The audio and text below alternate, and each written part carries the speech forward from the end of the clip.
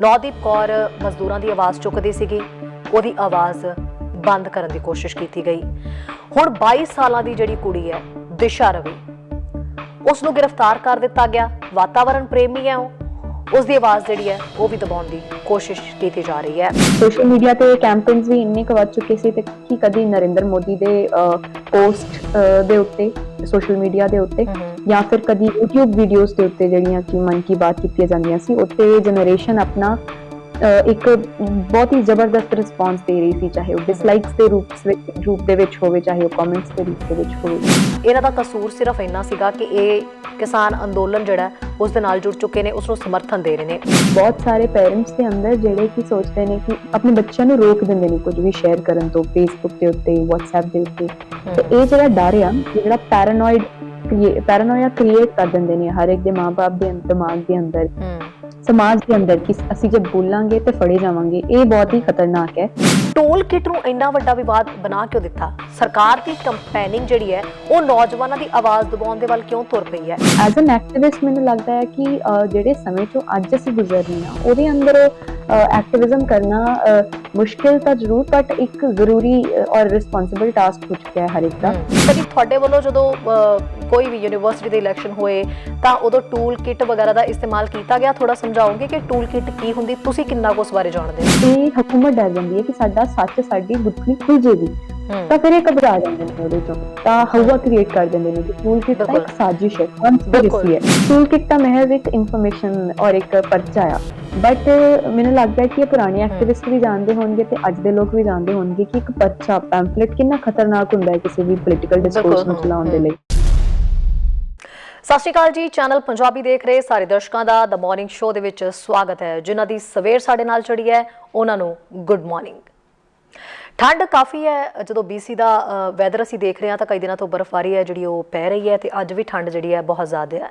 ਪਰ ਜਦੋਂ ਅਸੀਂ ਦੇਸ਼ ਦੁਨੀਆ ਦੇ ਅਰਾਊਂਡ ਨਜ਼ਰ ਮਾਰੀਏ ਤਾਂ ਬੇਸ਼ੱਕ ਠੰਡ ਬਹੁਤ ਜ਼ਿਆਦਾ ਹੈ, ਪਰ ਮੁੱਦਿਆਂ ਦੀ ਜਿਹੜੀ ਗਰਮਾਹਟ ਹੈ ਉਹ ਬਹੁਤ ਜ਼ਿਆਦਾ ਹੈ। ਅਸੀਂ ਜ਼ਿਆਦਾ ਦੂਰ ਨਹੀਂ ਜਾਵਾਂਗੇ, ਅਸੀਂ ਜੇ ਭਾਰਤ ਦੀ ਗੱਲ ਕਰ ਲਈਏ, ਕਿਉਂਕਿ ਇਸ ਵੇਲੇ ਭਾਰਤ ਦੇ ਵਿੱਚ ਕਿਸਾਨ ਅੰਦੋਲਨ ਦਾ ਮੁੱਦਾ ਜਿਹੜਾ ਹੈ ਉਹ ਸਭ ਤੋਂ ਵੱਡੀ ਅਪਡੇਟ ਮੰਨੀ ਜਾ ਰਹੀ ਹੈ।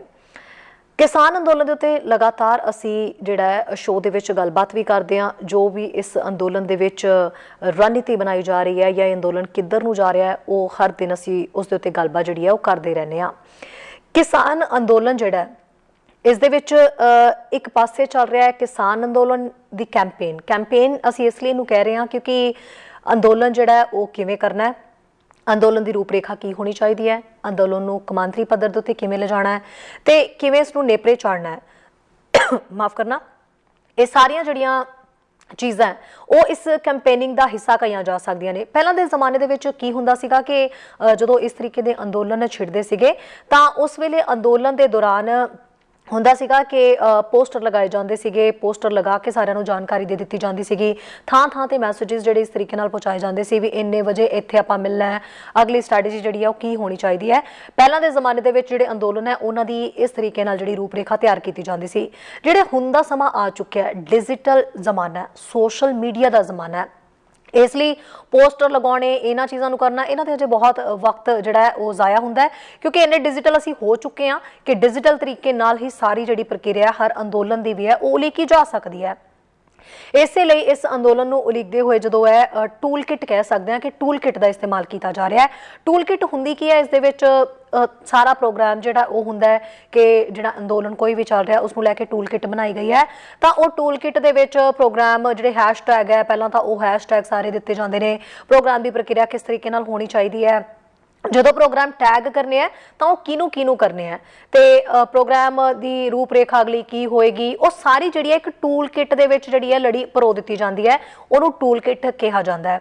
ਸੋ ਉਹ ਟੂਲ ਕਿਟ ਖੈਰ ਜਦੋਂ ਇਹਨਾਂ ਦਿਨਾਂ ਦੇ ਵਿੱਚ ਅਸੀਂ ਟੂਲ ਕਿਟ ਦਾ ਜ਼ਿਕਰ ਕਰਦੇ ਹਾਂ ਤਾਂ ਇੱਕ ਬੰਬ ਬਣਾ ਕੇ ਪੇਸ਼ ਕਰ ਦਿੱਤੀ ਗਈ ਹੈ। ਇਸ ਟੂਲ ਕਿਟ ਦੇ ਉੱਤੇ ਅਸੀਂ ਗੱਲ ਜ਼ਰੂਰ ਕਰਾਂਗੇ। ਫਿਲਹਾਲ ਕਿਸਾਨ ਕੈਂਪੇਨ ਜਿਹੜੀ ਹੈ ਉਹ ਟੂਲ ਕਿਟ ਜਿਹੜੀ ਹੈ ਇਸ ਜ਼ਰੀਏ ਕੀਤੀ ਜਾ ਰਹੀ ਹੈ।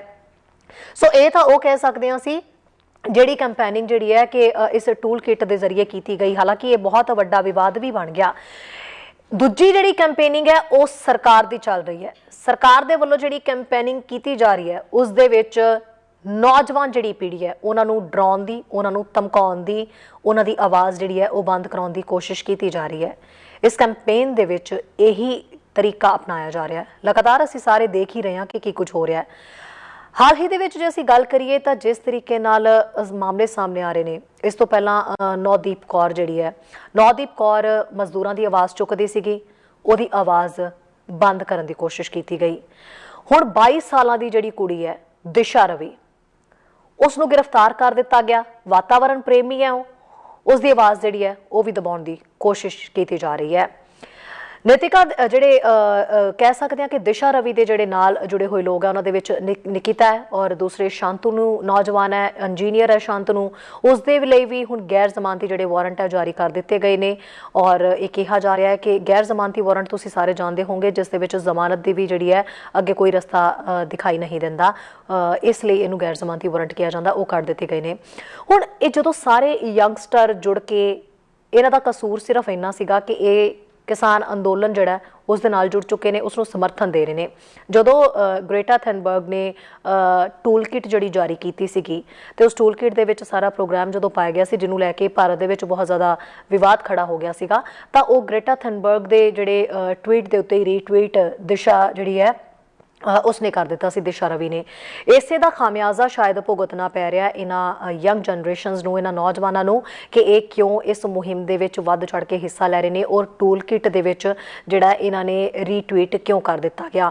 ਹੁਣ ਤਾਂ ਇਹ ਤਸਵੀਰ ਬਣਾ ਦਿੱਤੀ ਗਈ ਹੈ, ਇਹ ਤਸਵੀਰ ਪੇਸ਼ ਕਰ ਦਿੱਤੀ ਗਈ ਹੈ ਕਿ ਇਹ ਸਾਰੇ ਜਿਹੜੇ ਨੇ ਇਹੀ ਮਾਸਟਰਮਾਈਂਡ ਨੇ ਟੂਲ ਕਿਟ ਦੇ।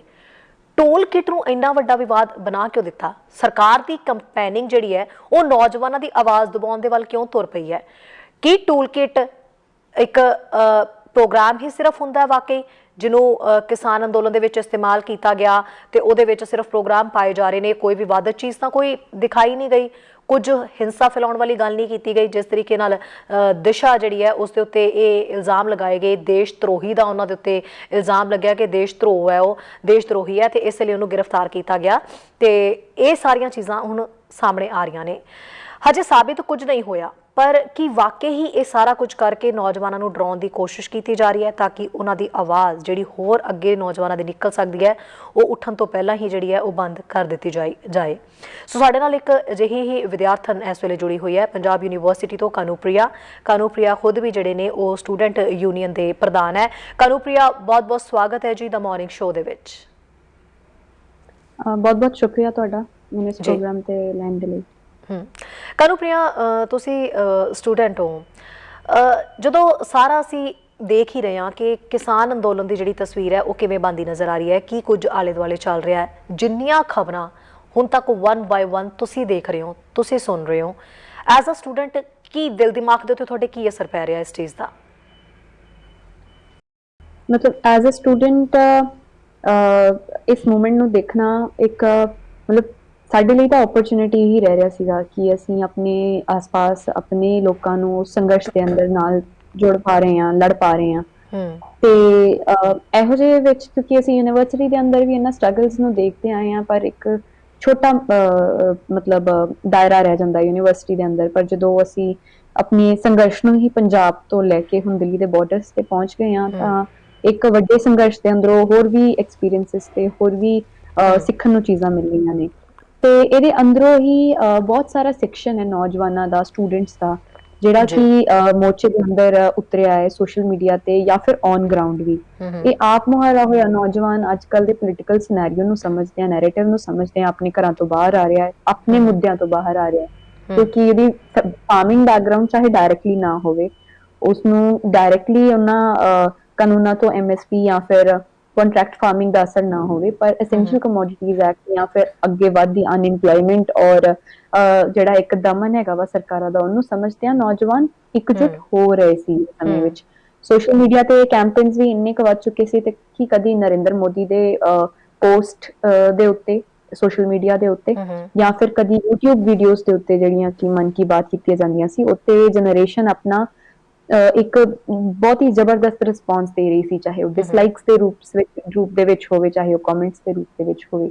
ਤਾਂ ਇਹ ਤਾਂ ਮਹਿਜ਼ ਇੱਕ ਸੋਸ਼ਲ ਮੀਡੀਆ ਪ੍ਰੈਜ਼ੈਂਸ ਸੀ ਜਿਹੜਾ ਕਿ ਨੌਜਵਾਨ ਦੇ ਰਿਹਾ ਸੀ। ਬਟ ਇਸ ਤਰੀਕੇ ਨਾਲ ਜਦੋਂ ਤਰ੍ਹਾਂ ਤਰ੍ਹਾਂ ਦੀਆਂ ਧਾਰਾਵਾਂ ਲਾ ਕੇ ਜਿਹਦੇ ਅੰਦਰ ਇੱਕ ਸੈਡੀਸ਼ਨ ਜਾਂ ਫਿਰ ਯੂਏਪੀਏ ਮਤਲਬ ਤੁਹਾਨੂੰ ਟੈਰਰਿਸਟ ਘੋਸ਼ਿਤ ਕਰਨ ਦੀ ਸਭ ਤੋਂ ਪਹਿਲੇ ਨੰਬਰ ਤੇ ਲਗਾਈ ਜਾਂਦੀ ਹੈ, ਤਾਂ ਉਹ ਇੱਕ ਡਰ ਪੈਦਾ ਕਰਦੀ ਹੈ ਬਹੁਤ ਸਾਰੇ ਪੇਰੈਂਟਸ ਦੇ ਅੰਦਰ, ਜਿਹੜੇ ਕਿ ਸੋਚਦੇ ਨੇ ਕਿ ਆਪਣੇ ਬੱਚਿਆਂ ਨੂੰ ਰੋਕ ਦਿੰਦੇ ਨੇ ਕੁਝ ਵੀ ਸ਼ੇਅਰ ਕਰਨ ਤੋਂ ਫੇਸਬੁੱਕ ਦੇ ਉੱਤੇ, ਵਟਸਐਪ ਦੇ ਉੱਤੇ। ਤੇ ਇਹ ਜਿਹੜਾ ਡਰ ਆ, ਇਹ ਜਿਹੜਾ ਪੈਰਾਨੋਇਆ ਕ੍ਰੀਏਟ ਕਰ ਦਿੰਦੇ ਨੇ ਹਰ ਇੱਕ ਦੇ ਮਾਂ-ਬਾਪ ਦੇ ਦਿਮਾਗ ਦੇ ਅੰਦਰ, ਸਮਾਜ ਦੇ ਅੰਦਰ, ਕਿ ਅਸੀਂ ਜੇ ਬੋਲਾਂਗੇ ਤੇ ਫੜੇ ਜਾਵਾਂਗੇ। ਇਹ ਬਹੁਤ ਹੀ ਖਤਰਨਾਕ ਹੈ। ਤੇ ਹਾਲਾਂ ਤੱਕ ਜਿਹੜੀ ਮਤਲਬ ਜਿੰਨੀ ਕੁ ਆਬਜ਼ਰਵੇਸ਼ਨ, ਕਿਉਂਕਿ ਮੋਰਚਾ ਚੱਲ ਰਿਹਾ, ਤਾਂ ਇੱਕ ਹੌਸਲਾ ਹੈ ਲੋਕਾਂ ਦੇ ਅੰਦਰ ਕਿ ਉਹ ਡਰ ਨਹੀਂ ਰਹੇ। ਇੱਕ ਨੂੰ ਅਰੈਸਟ ਕੀਤਾ ਜਾਂਦਾ ਹੈ ਤਾਂ ਫਿਰ ਵੀ 10 ਆਵਾਜ਼ਾਂ ਹੋਰ ਉੱਠਦੀਆਂ ਨੇ।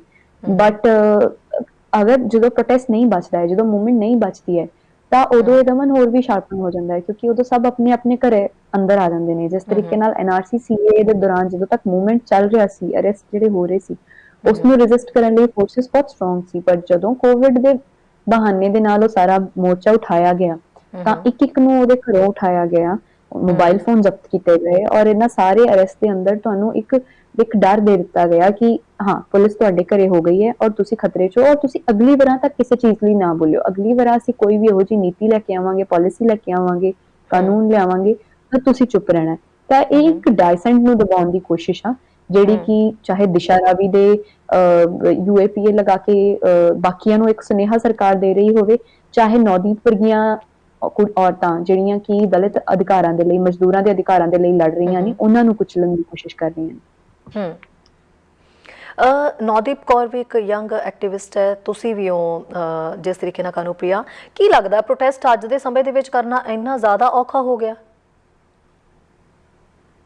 ਦੇਖੋ, ਪ੍ਰੋਟੈਸਟ ਕਰਨ ਦੇ ਵਿੱਚ ਇੱਕ ਲੋਕਾਂ ਦੀ ਕੌਨਸ਼ੀਅਸਨੈਸ ਹੁੰਦੀ ਹੈ ਪਹਿਲਾਂ ਤਾਂ, ਕਿ ਉਹ ਸਾਡੇ ਹੱਕ ਕੁਚਲੇ ਜਾ ਰਹੇ ਨੇ, ਤੇ ਇਹ ਸਮਝਣਾ ਔਰ ਉਹਦੇ ਲਈ ਆ ਕੇ ਇਕਜੁੱਟ ਹੋ ਕੇ ਲੜਨਾ, ਜਦੋਂ ਕਿ ਤੁਹਾਨੂੰ ਹੋਰ ਵੀ 100 ਕੰਮ ਹੋ ਸਕਦੇ ਨੇ, ਬਟ ਤੁਸੀਂ ਇੱਕ ਰਾਈਟਸ ਦੀ ਗੱਲ ਨੂੰ ਲੈ ਕੇ ਜਦੋਂ ਤੁਸੀਂ ਇਕੱਠੇ ਹੁੰਦੇ ਹੋ, ਤਾਂ ਉਹ ਤੁਹਾਡੀ ਚੇਤਨਤਾ ਦਾ ਲੈਵਲ ਬਹੁਤ ਉੱਤੇ ਹੋ ਚੁੱਕਿਆ ਹੁੰਦਾ ਆ, ਤਾਂ ਤੁਸੀਂ ਸਵਾਲ ਕਰਨ ਲੱਗ ਜਾਂਦੇ ਹੋ। ਤੇ ਸਾਡੀ ਲਗਾਤਾਰ ਬਚਪਨ ਤੋਂ ਹੀ ਟ੍ਰੇਨਿੰਗ ਇਹੋ ਜਿਹੀ ਕੀਤੀ ਜਾਂਦੀ ਹੈ, ਐਜ਼ ਅ ਵੂਮਨ ਲਗਾ ਲਓ ਜਾਂ ਐਜ਼ ਅ ਸਿਟੀਜ਼ਨ ਵੀ, ਕਿ ਤੁਸੀਂ ਨਾ ਨਹੀਂ ਕਰਨੀ ਔਰ ਤੁਸੀਂ ਅਗੇਂਸਟ ਨਹੀਂ ਬੋਲਣਾ, ਤੁਸੀਂ ਸਿਰਫ ਐਕਸੈਪਟ ਕਰਨਾ ਜੋ ਹੋ ਰਿਹਾ ਤੁਹਾਡੇ ਨਾਲ। ਤਾਂ ਇਹਦੇ ਅੰਦਰੋਂ ਜਦੋਂ ਕੋਈ ਪ੍ਰੋਟੈਸਟ ਹੁੰਦਾ ਹੈ, ਤਾਂ ਉਹ ਮਤਲਬ ਬਹੁਤ ਹੀ ਇੱਕ ਵੱਡਾ ਮੂਵਮੈਂਟ ਹੁੰਦਾ ਆ ਉਸ ਸਮੇਂ ਦਾ, ਉਹਨਾਂ ਲੋਕਾਂ ਦੇ ਲਈ ਤੇ ਉਸ ਸਮਾਜ ਦੇ ਲਈ। ਤੇ ਐਜ਼ ਐਨ ਐਕਟਿਵਿਸਟ ਮੈਨੂੰ ਲੱਗਦਾ ਹੈ ਕਿ ਜਿਹੜੇ ਸਮੇਂ ਚੋਂ ਅੱਜ ਅਸੀਂ ਗੁਜ਼ਰ ਰਹੇ ਹਾਂ, ਉਹਦੇ ਅੰਦਰ ਐਕਟਿਵਿਜ਼ਮ ਕਰਨਾ ਮੁਸ਼ਕਿਲ ਤਾਂ ਜ਼ਰੂਰ, ਬਟ ਇੱਕ ਜ਼ਰੂਰੀ ਔਰ ਰਿਸਪੌਂਸਿਬਲ ਟਾਸਕ ਹੋ ਚੁੱਕਿਆ ਹੈ ਹਰ ਇੱਕ ਦਾ। ਕਿਉਂਕਿ ਸਾਡਾ ਜਦੋਂ ਉਹ ਬਬਲ ਟੁੱਟ ਜਾਂਦਾ ਹੈ ਕਿ ਅਗਰ ਅਸੀਂ ਇਸ ਐਕਟਿਵਿਜ਼ਮ ਦੇ ਅੰਦਰ ਨਹੀਂ ਵੀ ਆਵਾਂਗੇ ਜਾਂ ਇਸ ਜੰਗ ਦੇ ਅੰਦਰ ਨਹੀਂ ਵੀ ਆਵਾਂਗੇ, ਤਾਂ ਵੀ ਜ਼ਿੰਦਗੀ ਸਾਨੂੰ ਉਹਨਾਂ ਪੋਲਿਟਿਕਸ ਤੋਂ ਦੂਰ ਨਹੀਂ ਰੱਖਣ ਵਾਲੀ। ਜ਼ਿੰਦਗੀ ਦੇ ਅੰਦਰ ਪੋਲਿਟਿਕਸ ਕਰਨਾ ਜਾਂ ਨਹੀਂ ਕਰਨਾ, ਇਹ ਮੇਰੀ ਚੋਇਸ ਨਹੀਂ ਆ, ਮੈਨੂੰ ਕਰਨੀ ਹੀ ਪੈਣੀ ਆ, ਕਿਉਂਕਿ ਅਗਰ ਮੈਂ ਨਹੀਂ ਵੀ ਕਰਾਂਗੀ ਤਾਂ ਵੀ ਉਸ ਪੋਲਿਟੀਕਲ ਏਜੰਡਾ ਨੇ ਮੇਰੇ ਉੱਤੇ ਕੰਮ ਕਰਨਾ ਹੈ। ਮੈਂ ਭਾਵੇਂ ਕਮਰੇ 'ਚ ਕੁੰਡੀ ਲਗਾ ਕੇ ਬੈਠ ਜਾਵਾਂ, ਚਾਹੇ ਕੰਮ ਦੇ ਉੱਤੇ ਸਿਰਫ ਫੋਕਸ ਕਰਦੀ ਰਵਾਂ, ਉਹ ਪੋਲਿਟੀਕਲ ਸਿਸਟਮ ਹੀ ਇਸ ਤਰੀਕੇ ਦਾ ਹੈ ਕਿ ਉਹ ਹਰ ਇੱਕ ਨੂੰ ਇੰਨਾ ਇਫੈਕਟ ਕਰ ਰਿਹਾ ਹੈ ਕਿ ਜੇ ਇੱਕ ਵਾਰ ਮੈਨੂੰ ਲੱਗਦਾ ਉਸਨੂੰ ਕੋਈ ਸਮਝ ਜਾਏ, ਤਾਂ ਹਾਰਡਲੀ ਪੋਸੀਬਲ ਹੈ ਉਹਦਾ ਵਾਪਸ ਮੁੜਨਾ ਜਾਂ ਫਿਰ ਇਸ ਨਾਲ ਲੜਨ ਤੋਂ ਪਿੱਛੇ ਰਹਿ ਜਾਣਾ। ਜੀ ਕਾਨੂੰਪ੍ਰਿਆ, ਟੂਲ ਕਿਟ ਤੁਸੀਂ ਜਾਣਦੇ ਹੋ ਕੀ ਹੁੰਦੀ ਹੈ? ਮਤਲਬ ਤੁਸੀਂ ਯੂਨੀਵਰਸਿਟੀ ਦੇ ਵਿਦਿਆਰਥੀ ਹੋ, ਟੂਲ ਕਿਟ ਦਾ ਕੀ ਕਦੀ ਇਸਤੇਮਾਲ ਕੀਤਾ ਗਿਆ? ਕਿਉਂਕਿ ਇਲੈਕਸ਼ਨ ਲੜੇ ਜਾਂਦੇ ਨੇ ਯੂਨੀਵਰਸਿਟੀਆਂ ਦੇ ਵਿੱਚ, ਕਾਲਜਸ ਦੇ ਵਿੱਚ, ਤਾਂ ਉਦੋਂ ਵੀ ਇੱਕ ਕੰਪੇਨਿੰਗ ਤਾਂ ਹੁੰਦੀ ਹੈ। ਜਿਵੇਂ ਹੁਣ ਚੱਲ ਰਿਹਾ ਮੋਰਚਾ, ਹਰ ਕੋਈ ਜਿਹੜਾ ਹੈ ਕੋਈ ਨਾ ਕੋਈ ਤਾਂ ਮੁਹਿੰਮ ਵਿੱਢੀ ਜਾਂਦੀ ਹੈ ਨਾ। ਸੋ ਕਦੀ ਤੁਹਾਡੇ ਵੱਲੋਂ ਜਦੋਂ ਕੋਈ ਵੀ ਯੂਨੀਵਰਸਿਟੀ ਦੇ ਇਲੈਕਸ਼ਨ ਹੋਏ, ਤਾਂ ਉਦੋਂ ਟੂਲ ਕਿਟ ਵਗੈਰਾ ਦਾ ਇਸਤੇਮਾਲ ਕੀਤਾ ਗਿਆ? ਥੋੜਾ ਸਮਝਾਓਗੇ ਕਿ ਟੂਲ ਕਿਟ ਕੀ ਹੁੰਦੀ, ਤੁਸੀਂ ਕਿੰਨਾ ਕੁ ਉਸ ਬਾਰੇ ਜਾਣਦੇ ਹੋ?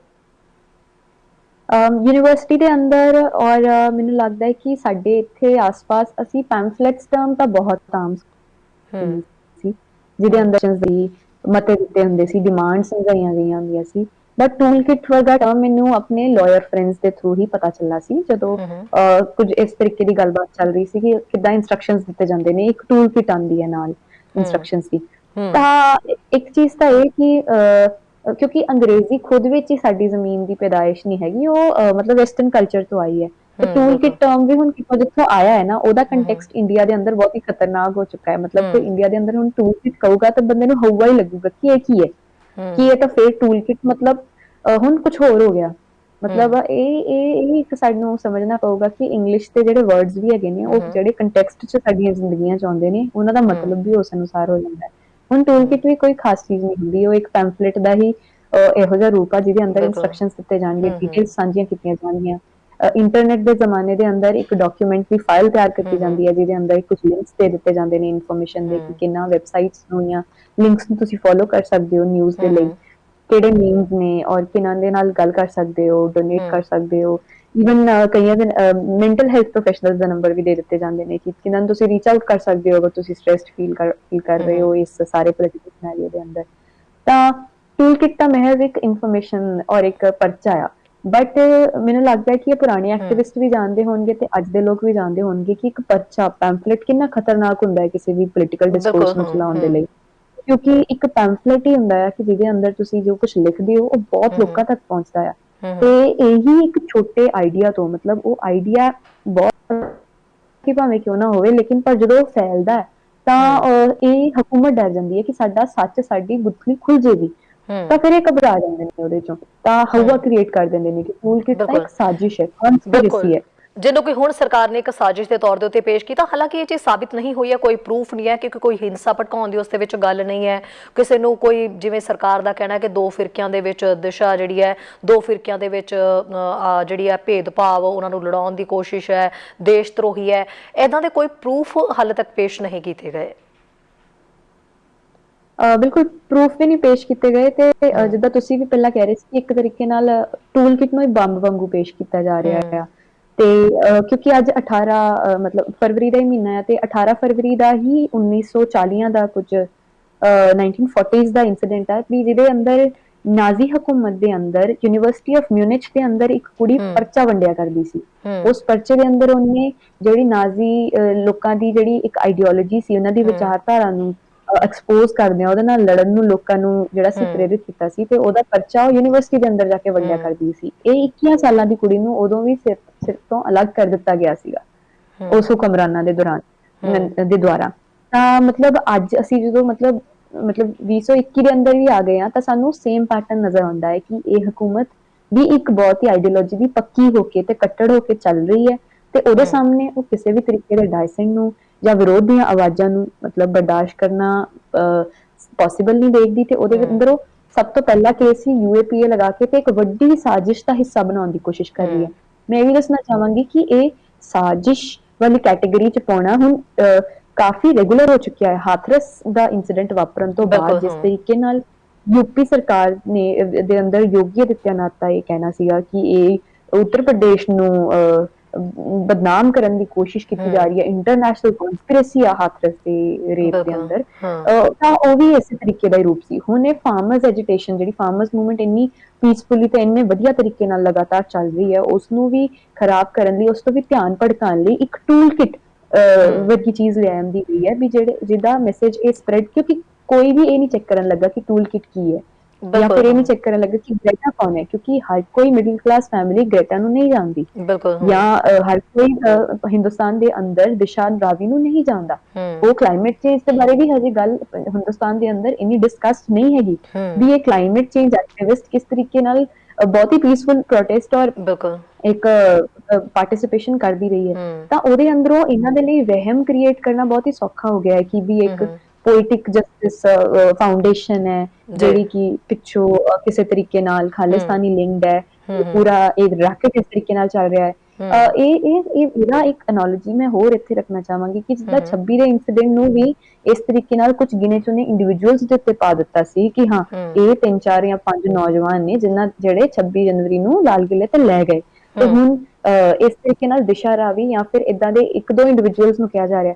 ਮਤਲਬ ਇੱਕ ਤਾਂ ਇਹਦੇ ਅੰਦਰੋਂ ਇੱਕ ਬਹੁਤ ਹੀ ਵੱਡੀ ਬੇਵਕੂਫੀ ਹੈ ਵੀ ਹਰ ਚੀਜ਼ ਨੂੰ ਕਨਸਪੀਰੇਸੀ ਦੇ ਲੈਂਸ ਤੋਂ ਦੇਖਣਾ ਕਿ ਲੋਕ ਸਮਝਦਾਰ ਨਹੀਂ ਹੁੰਦੇ, ਲੋਕ ਬੇਵਕੂਫ ਹੁੰਦੇ ਨੇ, ਭਗਤ ਹੁੰਦੇ ਨੇ, ਤੇ ਉਹ ਬਸ ਫੋਲੋ ਕਰਦੇ ਆ ਕਿਸੇ ਨੂੰ ਇੱਕ ਕਨਸਪੀਰੇਸੀ ਦੇ ਹੇਠ। ਮਤਲਬ ਇਹ ਸਮਝ ਵਿੱਚ ਹੀ ਬਹੁਤ ਵੱਡੀ ਗੜਬੜ ਹੈ ਜਿਹੜੀ ਕਿ ਸਾਡੀਆਂ ਸਰਕਾਰਾਂ ਦੇ ਅੰਦਰ ਵੀ ਹੈ, ਤੇ ਬਹੁਤੇ ਲੋਕ ਵੀ ਇਸ ਤਰੀਕੇ ਦੇ ਬਹਿਕਾਵੇ ਵਿੱਚ ਬਹੁਤ ਜਲਦੀ ਆ ਜਾਂਦੇ ਨੇ ਕਿ ਕੋਈ ਤਾਂ ਖਿੱਚ ਕੇ ਲੈ ਗਿਆ, ਜਿਵੇਂ ਕਿ ਪਿੱਛੇ ਕੁਛ ਜਿਵੇਂ ਕੋਈ ਕਿ ਪਿੱਛੇ ਕੁਝ ਬਿਨਾਂ ਦਿਮਾਗ ਤੋਂ ਜਾਂ ਬਿਨਾਂ ਅੱਖਾਂ ਕੰਨ ਤੋਂ ਕੋਈ ਲੋਕ ਨੇ ਜਿਹੜੇ ਕਿ ਅੰਨੇ ਹੋ ਕੇ ਫੋਲੋ ਕਰ ਲੈਣਗੇ ਤੁਹਾਨੂੰ, ਪਰ ਏਦਾਂ ਨਹੀਂ ਹੈ। ਤਾਂ ਇਹ ਇਸ ਤਰੀਕੇ ਦਾ ਕਨਸਪੀਰੇਸੀ ਵਾਲਾ ਜਿਹੜਾ ਆਈਡੀਆ ਆ, ਇਹ ਮਤਲਬ ਹਿੰਦੁਸਤਾਨ ਦੇ ਅੰਦਰ ਹੀ ਲਗਾਤਾਰ ਹਰ ਚੀਜ਼ ਦਾ ਇਹੀ ਬਹਾਨਾ ਬਣਾ ਕੇ ਪੇਸ਼ ਕੀਤਾ ਜਾਂਦਾ ਆ, ਤੇ ਉਹਦੇ ਅੰਦਰੋਂ ਹੀ ਇਹ ਇੱਕ ਨਵੀਂ ਸੀਰੀਜ਼ ਹੈ ਜਿਹਦੇ ਅੰਦਰ ਉਹ ਦਿਸ਼ਾ ਰਾਵੀ ਔਰ ਬਾਕੀਆਂ ਨੂੰ ਵੀ ਇਸ ਦੇ ਅੰਦਰ ਲਿੱਤਾ ਜਾ ਰਿਹਾ ਹੈ। ਬਿਲਕੁਲ ਕਨੂਪ੍ਰਿਆ, ਤੁਹਾਨੂੰ ਪਤਾ ਹੀ ਹੋਏਗਾ ਕਿ ਜਿਹੜਾ ਇਹ ਟੂਲ ਕਿਟ ਹੈ, ਇਹ ਇਸ ਤਰੀਕੇ ਦੇ ਇੱਕ ਡਾਕੂਮੈਂਟਸ ਹੁੰਦੇ ਨੇ ਜਿਸ ਦਾ ਇਸਤੇਮਾਲ ਨਾ ਸਿਰਫ ਹੁਣ ਅੰਦੋਲਨ 'ਚ ਇਸਤੇਮਾਲ ਕੀਤਾ ਜਾ ਰਿਹਾ, ਬਲਕਿ ਸਿਆਸਤਦਾਨ ਖੁਦ ਵੀ ਇਸ ਟੂਲ ਕਿਟ ਦਾ ਇਸਤੇਮਾਲ ਕਰਦੇ ਨੇ, ਕਾਰਪੋਰੇਟ ਵੀ ਜਿਹੜੇ ਨੇ ਉਹ ਵੀ ਇਸ ਦਾ ਇਸਤੇਮਾਲ ਜਿਹੜਾ ਹੈ ਉਹ ਕਰਦੇ ਨੇ ਆਪਣੇ ਮੁਫਾਦ ਦੇ ਲਈ, ਚਾਹੇ ਚੋਣ ਕੈਂਪੇਨਿੰਗ ਹੋਵੇ, ਹਰ ਕਿਤੇ ਇਸ ਦਾ ਇਸਤੇਮਾਲ ਕੀਤਾ ਜਾਂਦਾ ਹੈ। ਅਸੀਂ ਖੁਦ ਸੁਣਿਆ ਅਮਿਤ ਸ਼ਾਹ ਦਾ ਬਿਆਨ ਅਸੀਂ ਸੁਣ ਰਹੇ ਸੀਗੇ ਜਦੋਂ ਉਹਨਾਂ ਨੇ ਬਿਆਨ ਦਿੱਤਾ ਹੈ, ਤਾਂ ਉਹਨਾਂ ਨੇ ਖੁਦ ਇਹ ਗੱਲ ਕਹੀ ਹੈ ਵੀ ਇੱਕ ਅਜਿਹਾ ਜਿਹੜਾ ਹੈ ਉਹ WhatsApp ਗਰੁੱਪ ਬਣਾਇਆ ਜਾਵੇ ਜਿਸ ਦੇ ਵਿੱਚ ਇੰਨੇ ਲੱਖ ਲੋਕ ਸ਼ਾਮਿਲ ਕੀਤੇ ਜਾਣ, ਮੁਹਿੰਮ ਨੂੰ ਅੱਗੇ ਵਧਾਉਣਾ ਹੈ, ਹਰ ਤੱਕ ਮੈਸੇਜ ਪਹੁੰਚਾਉਣਾ। ਉਹ ਕੀ ਸੀ? ਉਹ ਵੀ ਇੱਕ ਟੂਲ ਕਿਟ ਦੀ ਹੀ ਜਿਹੜੀ ਪ੍ਰੈਜੈਂਟੇਸ਼ਨ ਜਿਹੜੀ ਆ ਉਹ ਦੇ ਰਹੇ ਸੀ। ਟੂਲ ਕਿਟ ਸ਼ਬਦ ਦਾ ਉਹਨਾਂ ਨੇ ਇਸਤੇਮਾਲ ਨਹੀਂ ਕੀਤਾ, ਪਰ ਇੱਕ ਹਿਸਾਬ ਵੀ ਜਦੋਂ ਸੋਸ਼ਲ ਮੀਡੀਆ, ਜਦੋਂ ਡਿਜੀਟਲ ਤਰੀਕੇ ਨਾਲ ਤੁਸੀਂ ਇਸ ਤਰੀਕੇ ਦੇ ਗਰੁੱਪ ਬਣਾ ਕੇ ਆਪਣੀ ਮੁਹਿੰਮ ਨੂੰ ਜਦੋਂ ਭੇਜਣ ਦੀ ਜਾਂ ਵਾਇਰਲ ਕਰਨ ਦੀ ਜਾਂ ਹਰ ਕਿਸੇ ਤੱਕ ਪਹੁੰਚਾਉਣ ਦੀ ਗੱਲ ਕਰ ਰਹੇ ਹੋ, ਤਾਂ ਉਦੋਂ ਉਹ ਵੀ ਇੱਕ ਕਿਸਮ ਦੀ ਟੂਲ ਕਿਟ ਹੀ ਹੈ। ਇਹੀ ਪ੍ਰੋਗਰਾਮ ਜਿਹੜੇ ਨੇ ਜਦੋਂ ਸਿਆਸਤਦਾਨ ਇਸਤੇਮਾਲ ਕਰ ਰਹੇ ਨੇ ਜਾਂ ਫਿਰ ਕਾਰਪੋਰੇਟ ਲਈ ਇਸਤੇਮਾਲ ਕੀਤਾ ਜਾਂਦਾ ਹੈ, ਤਾਂ ਉਦੋਂ ਇਹ ਟੂਲ ਕਿਟ ਠੀਕ ਹੈ। ਤੇ ਹੁਣ ਜਦੋਂ ਇਸਤੇਮਾਲ ਕੀਤੀ ਗਈ ਜਾਂ ਫਿਰ ਉਸ ਟੂਲ ਕਿਟ ਦੇ ਸਾਹਮਣੇ ਜਿਸ ਤਰੀਕੇ ਨਾਲ ਗ੍ਰੇਟਾ ਨੇ ਉਸ ਦਾ ਜ਼ਿਕਰ ਕਰ ਦਿੱਤਾ, ਉਹ ਟੂਲ ਕਿਟ ਜਿਹੜੀ ਹੈ ਉਹ ਉਹਨੇ ਆਪਣੇ ਲਿੰਕ ਦੇ ਵਿੱਚ ਪਾ ਦਿੱਤੀ, ਦਿਸ਼ਾ ਰਾਵੀ ਹੋਣੀ ਉਸ ਟੂਲ ਕਿਟ ਦੇ ਉੱਤੇ ਕਮੈਂਟ ਕਰ ਗਏ, ਉਹ ਟੂਲ ਕਿਟ ਨਾਲ ਜੁੜ ਗਏ, ਤਾਂ ਉਹਨਾਂ ਦੇ ਉੱਤੇ ਕਿਸੇ ਤਰੀਕੇ ਨਾਲ ਹੁਣ ਸਾਜ਼ਿਸ਼ ਸਰਕਾਰ ਦੇ ਲਈ ਇਹ ਟੂਲ ਕਿਟ ਬਣ ਗਈ ਹੈ, ਜਿਸ ਦੇ ਲਈ ਗੂਗਲ ਵਾਲਿਆਂ ਦੇ ਤੱਕ ਕੰਟੈਕਟ ਕੀਤਾ ਜਾ ਰਿਹਾ ਹੈ। ਔਰ ਇਸ ਤੋਂ ਇਲਾਵਾ ਜ਼ੂਮ ਵਾਲਿਆਂ ਨੂੰ ਇਹ ਕਿਹਾ ਜਾ ਰਿਹਾ ਕਿ ਜਿਹੜੀ ਮੀਟਿੰਗ ਦੀ ਤੁਸੀਂ ਦੱਸਿਆ ਕਿ ਜਿਸ ਤਰੀਕੇ ਨਾਲ ਖਾਲਿਸਤਾਨੀ ਮੂਵਮੈਂਟ ਦਾ ਵੀ ਜ਼ਿਕਰ ਕੀਤਾ ਜਾ ਰਿਹਾ ਕਿ ਇੱਕ ਮੀਟਿੰਗ ਕੀਤੀ ਗਈ, ਉਸ ਦੇ ਵਿੱਚ ਕਾਫੀ ਲੋਕ ਸ਼ਾਮਿਲ ਸੀਗੇ, ਜਿਸ ਵਿੱਚ ਦਿਸ਼ਾ ਰਾਵੀ ਹੋਣੀ ਵੀ ਸੀਗੇ, ਨਿਕਰਾ ਦਾ ਜ਼ਿਕਰ ਕੀਤਾ ਜਾ ਰਿਹਾ, ਸ਼ਾਂਤਨੂ ਦਾ ਜ਼ਿਕਰ ਕੀਤਾ ਜਾ ਰਿਹਾ, ਇਹਨਾਂ ਸਾਰਿਆਂ ਦੇ ਵੱਲੋਂ ਕੀਤੀ ਗਈ। ਉਹਨਾਂ ਦਾ ਇੱਕ ਜਿਹੜਾ IP ਐਡਰੈਸ ਹੈ ਉਹ ਵੀ ਹੁਣ ਖੰਗਾਲਣ ਦੀ ਕੋਸ਼ਿਸ਼ ਕੀਤੀ ਜਾ ਰਹੀ ਹੈ ਕਿ ਉਹ ਕਿੱਥੋਂ ਸੀ। ਇਹ ਟੂਲ ਕਿਟ ਇੰਨਾ ਵੱਡਾ ਵਾਕਈ ਹੀ ਇੱਕ ਬੰਬ ਵੀ ਕਹਿ ਸਕਦਾ ਹੈ ਕਿ ਸਰਕਾਰ ਲਈ ਕਿਉਂ ਬਣ ਗਿਆ? ਉਹ ਖੁਦ ਵੀ ਇਸਤੇਮਾਲ ਕਰਦੇ ਨੇ ਆਪਣੀ ਕੈਂਪੇਨਿੰਗ ਦੇ ਲਈ ਇਸ ਨੂੰ। ਐਕਚੁਅਲੀ ਟੈਕਨੋਲੋਜੀ ਜਾਂ ਫਿਰ ਜਿੰਨੇ ਵੀ ਮੀਨਸ ਐਂਡ ਰਿਸੋਰਸਿਸ ਨੇ, ਜਦੋਂ ਤੱਕ ਤਾਂ ਸਰਕਾਰ ਉਸ ਤੇ ਕਬਜ਼ਾ ਰੱਖੇ ਤੇ ਉਸ ਨੂੰ ਵਰਤਦੀ ਰਵੇ ਤਾਂ ਉਹਨਾਂ ਨੂੰ ਠੀਕ ਹੈ, ਬਟ ਮੋਮੈਂਟ ਹੀ ਜਦੋਂ ਲੋਕ ਉਸ ਨੂੰ ਆਪਣੇ ਲਈ ਵਰਤਣ ਤਾਂ ਉਹ ਇੱਕ ਪ੍ਰੋਬਲਮ ਖੜੀ ਹੋ ਜਾਂਦੀ ਹੈ ਇਹਨਾਂ ਦੇ ਲਈ। ਮਤਲਬ ਕੈਮਰਾ ਹੈ, ਜਿਸ ਤਰੀਕੇ ਨਾਲ ਫਰਜ਼ ਕਰ ਲਓ ਵੀ ਥਾਂ ਥਾਂ ਤੇ ਡਿਵੈਲਪਮੈਂਟ ਦਾ ਇਹੀ ਇੱਕ ਜ਼ਰੀਆ ਦੱਸਿਆ ਜਾਂਦਾ ਹੈ ਕਿ ਕੈਮਰਾ ਹੋਣਗੇ ਤਾਂ ਔਰਤਾਂ ਸੇਫ ਹੋਣਗੀਆਂ, ਕੈਮਰਾ ਹੋਣਗੇ ਤਾਂ ਚੋਰੀ ਨਹੀਂ ਹੋਊਗੀ, ਕੈਮਰਾ ਹੋਣਗੇ ਤਾਂ ਕੋਈ ਕਿਸੇ ਦੀ ਕੁੱਟਮਾਰ ਨਹੀਂ ਕਰੇਗਾ, ਇਹ ਉਹ। ਬਟ ਉਹੀ ਕੈਮਰਾ ਕਦੀ ਵੀ ਇਹਨਾਂ ਪਬਲਿਕ ਸਰਵੈਂਟਸ ਦੇ ਕਮਰਿਆਂ ਦੇ ਅੰਦਰ, ਦਫ਼ਤਰਾਂ ਦੇ ਅੰਦਰ ਕਰਨ ਦੀ ਕੋਈ ਗੱਲ ਨਹੀਂ ਕਰੇਗਾ, ਹੈਨਾ, ਜਿਨ੍ਹਾਂ ਦੀ ਕਿ ਸਕਰੀਨ ਚੁਰਾਹਿਆਂ ਦੇ ਅੰਦਰ ਲਗਾਈ ਜਾਵੇ, ਲੋਕਾਂ ਨੂੰ ਦਿਖਾਇਆ ਜਾਵੇ, ਕਿਉਂਕਿ ਸਭ ਤੋਂ ਵੱਡੀਆਂ ਚੋਰੀਆਂ ਤਾਂ ਉਹਨਾਂ ਬੰਦ ਕਮਰਿਆਂ ਦੇ ਅੰਦਰ ਹੁੰਦੀਆਂ ਨੇ। ਤਾਂ ਉਸੇ ਤਰੀਕੇ ਨਾਲ ਹੀ ਇਹ ਇੱਕ ਟੈਕਨੋਲੋਜੀ ਇੱਕ ਮੈਪ ਹੈ ਵੀ ਜਿਹੜਾ ਉਹ ਤਾਂ ਵਰਤ ਸਕਦੇ ਨੇ, ਸਰਕਾਰ ਵਰਤ ਸਕਦੀ ਹੈ ਕਦੋਂ ਮਰਜੀ। ਤੁਹਾਨੂੰ ਕਿਹੜੀ ਐਪ ਦੇ ਉੱਤੇ ਸਿਰਫ ਮੋਦੀ ਸਰਕਾਰ ਦੀਆਂ ਐਡਵਰਟਾਈਜ਼ਮੈਂਟਸ ਆਣੀਆਂ ਨੇ ਇਹ ਉਹ ਤੈਅ ਕਰ ਸਕਦੀ ਹੈ, ਕਦੋਂ ਗਰੁੱਪਸ ਦੇ ਨਾਮ ਫੇਸਬੁੱਕ ਤੋਂ ਬਦਲ ਕੇ ਵੋਟ ਫॉर BJP ਹੋਣੇ ਆ ਉਹ ਇਹ ਡਿਸਾਈਡ ਕਰ ਸਕਦੇ ਨੇ, ਕਦੋਂ WhatsApp ਯੂਨੀਵਰਸਿਟੀ ਨੇ ਚੱਲਣਾ ਹੈ ਉਹ ਇਹ ਡਿਸਾਈਡ ਕਰ ਸਕਦੇ ਨੇ, ਕਦੋਂ ਹੈਸ਼ਟੈਗ ਕਿਸ ਤੇ ਲੱਗਣਾ। ਬਿਲਕੁਲ। ਪਰ ਜਦੋਂ ਲੋਕ ਉਸ ਨੂੰ ਆਪਣੀ ਮੂਵਮੈਂਟ ਦੇ ਲਈ ਵਰਤਣਾ ਸ਼ੁਰੂ ਕਰ ਦੇਣ, ਕਿਉਂਕਿ ਬਹੁਤ ਸਾਰੀਆਂ ਚੀਜ਼ਾਂ ਨੇ ਜਿਹੜਾ ਹਿੰਦੁਸਤਾਨ ਦੀ ਮੂਵਮੈਂਟ ਬਲੈਕ ਲਾਈਵਜ਼ ਮੈਟਰ ਤੋਂ ਸਿੱਖ ਰਹੀ ਹੈ ਨਾ, ਕਿਉਂਕਿ ਇੱਕ ਗਲੋਬਲੀ ਜਦੋਂ ਮੂਵਮੈਂਟ ਚੱਲੀ ਤਾਂ ਅਸੀਂ ਉਹਨਾਂ ਲੋਕਾਂ ਦੀਆਂ ਮੂਵਮੈਂਟਸ ਤੋਂ ਵੀ ਸਿੱਖਦੇ ਹਾਂ। ਤਾਂ ਉਸ ਤਰੀਕੇ ਨਾਲ ਉਹਨਾਂ ਦੀਆਂ ਟੂਲ ਕਿਟਸ ਹਜੇ ਵੀ ਆਨਲਾਈਨ ਪਈਆਂ ਨੇ, ਔਰ ਉਹਨਾਂ ਵਿੱਚ ਕੁਝ ਏਦਾਂ ਦਾ ਹੈ ਨਹੀਂ ਕਿ ਜਿਹੜਾ ਕੁਝ ਟੈਰਰਿਸਟ ਹੋਵੇ ਜਾਂ ਕੋਈ ਇਸ ਤਰੀਕੇ ਨਾਲ ਇਲੀਗਲ ਹੋਵੇ। ਬਟ ਇਹ ਮੈਨੂੰ ਇਹ ਵੀ ਬਹੁਤ ਸਾਫ਼ ਤਰੀਕੇ ਨਾਲ ਲੱਗਦਾ ਹੈ ਕਿ ਇੰਡੀਆ ਦੇ ਅੰਦਰ ਇਹੋ ਜਿਹੇ ਡਾਇਲੌਗਸ ਇਸ ਲਈ ਥਰੋ ਕੀਤੇ ਜਾਂਦੇ ਨੇ ਕਿਉਂਕਿ ਇਹਨਾਂ ਨੂੰ ਕੈਚ ਕਰਨ ਵਾਲੇ ਲੋਕ ਬਹੁਤ ਨੇ। ਜਦੋਂ ਇਹ ਕੋਈ ਵੀ ਬੇਵਕੂਫ ਚੀਜ਼ ਬੋਲਦੇ ਨੇ ਤਾਂ ਉਸ ਨੂੰ ਐਕਸੈਪਟ ਕਰਨ ਵਾਲੇ ਲੋਕ ਬਹੁਤ ਨੇ, ਉਹ ਐਕਸੈਪਟ ਕਰ ਲੈਣਗੇ, ਸਵਾਲ ਨਹੀਂ ਕਰਨਗੇ, ਤਾਂ ਹੀ ਇਹ ਬੋਲਦੇ ਨੇ, ਕਿਉਂਕਿ ਉਹਨਾਂ ਨੂੰ ਪਤਾ ਹੈ ਇਹਨਾਂ ਦੀ ਉਹ ਸੰਗਤ ਹੈ ਜਿੰਨੇ ਜੋ ਇਹ ਬੋਲਣਗੇ ਉਹਨੇ ਮੰਨ ਜਾਣਾ। ਮਤਲਬ ਇਸ ਲਈ ਉਹਨਾਂ ਨੇ, ਮਤਲਬ ਮੋਦੀ ਨੇ ਕਈ ਵਾਰ ਜਦੋਂ NRC CAA ਦੇ ਟਾਈਮ ਤੇ ਇਹ ਬੋਲਿਆ ਕਿ ਅਸੀਂ ਤਾਂ ਲਾਗੂ ਕਰਨੀ ਨਹੀਂ ਸੀ CAA, ਅਸੀਂ ਕਦੋਂ ਕਿਹਾ, ਉਹਨੇ ਇਹ ਵਾਲਾ ਡਾਇਲੌਗ ਕਿਉਂ ਬੋਲਿਆ ਸੀ? ਕਿਉਂਕਿ ਉਹਨੂੰ ਪਤਾ ਸੀ ਉਹ ਜੋ ਬੋਲੂਗਾ ਲੋਕ ਮੰਨ ਜਾਣਗੇ।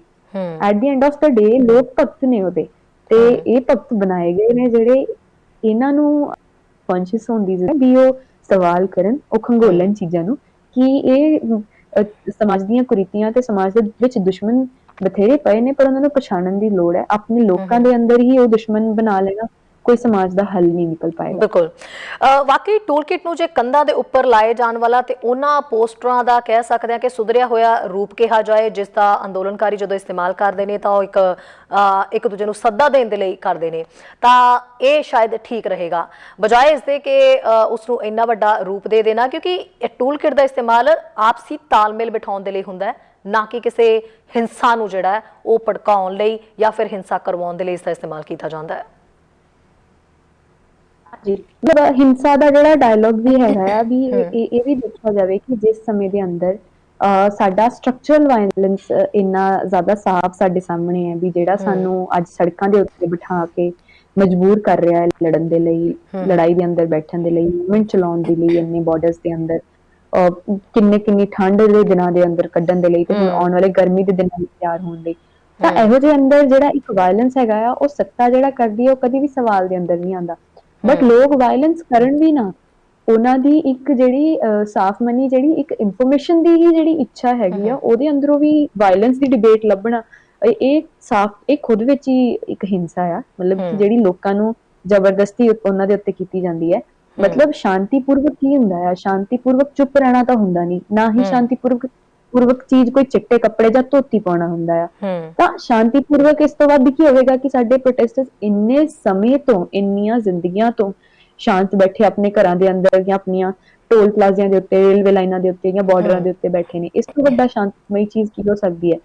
ਹੁਣ ਵਾਇਲੈਂਸ ਲੱਭਣ ਦੀ ਕੋਸ਼ਿਸ਼ ਤਾਂ ਸਾਡੀ ਸਰਕਾਰ ਦੀ ਹੈ, ਸਾਡੀ ਸੱਤਾ ਦੀ ਹੈ। ਕਦੇ ਉਹ ਆਰਐਸਐਸ ਦੇ ਗੁੰਡੇ ਭੇਜ ਕੇ ਉੱਥੇ ਪੱਥਰ ਸੁੱਟ ਕੇ ਵਾਇਲੈਂਸ ਕਰਨ ਦੀ ਕੋਸ਼ਿਸ਼ ਕਰਦੀ ਹੈ ਤੇ ਕਦੀ ਉਹ ਸਾਡੇ ਉੱਤੇ ਜਿਹੜੇ ਤਰੀਕੇ ਨਾਲ ਪੁਲਿਸ ਜਾਂ ਅੰਦਰ ਹੀ ਆਪਣੇ ਬੰਦੇ ਛੱਡ ਕੇ ਜਾਂ ਆਪਣੇ ਏਜੰਟਸ ਛੱਡ ਕੇ ਕੋਸ਼ਿਸ਼ ਕਰਦੀ ਹੈ। ਤਾਂ ਕਦੀ ਵੀ ਸਰਕਾਰ ਦਾ ਵਾਇਲੈਂਸ, ਸਟੇਟ ਦਾ ਵਾਇਲੈਂਸ, ਉਹਦੀ ਬੈਰੀਕੇਟਿੰਗ, ਉਹਦਾ ਇੰਨਾ ਫਾਸਲਾ ਲੋਕਾਂ ਤੋਂ, ਇਹ ਵਾਇਲੈਂਸ ਨਹੀਂ ਲੋਕ ਗਿਣਦੇ ਜਾਂ ਫਿਰ ਸਪਰੈਡ ਕੀਤਾ ਜਾਂਦਾ। ਇੱਕ ਨਾਰਮਲ ਨੈਰੇਟਿਵ ਦੇ ਅੰਦਰ ਹਮੇਸ਼ਾ ਹੀ ਲੋਕਾਂ ਦੇ ਕੰਮ ਨੂੰ ਪਹਿਲਾਂ ਹੀ ਵਾਇਲੈਂਸ ਜਾਂ ਨਾਨ ਵਾਇਲੈਂਸ ਦੇ ਬਲੈਕ ਐਂਡ ਵਾਈਟ ਸਰਕਲ ਦੇ ਅੰਦਰੋਂ ਮਤਲਬ ਦੇਖਣਾ ਸ਼ੁਰੂ ਕਰ ਦਿੱਤਾ ਜਾਂਦਾ।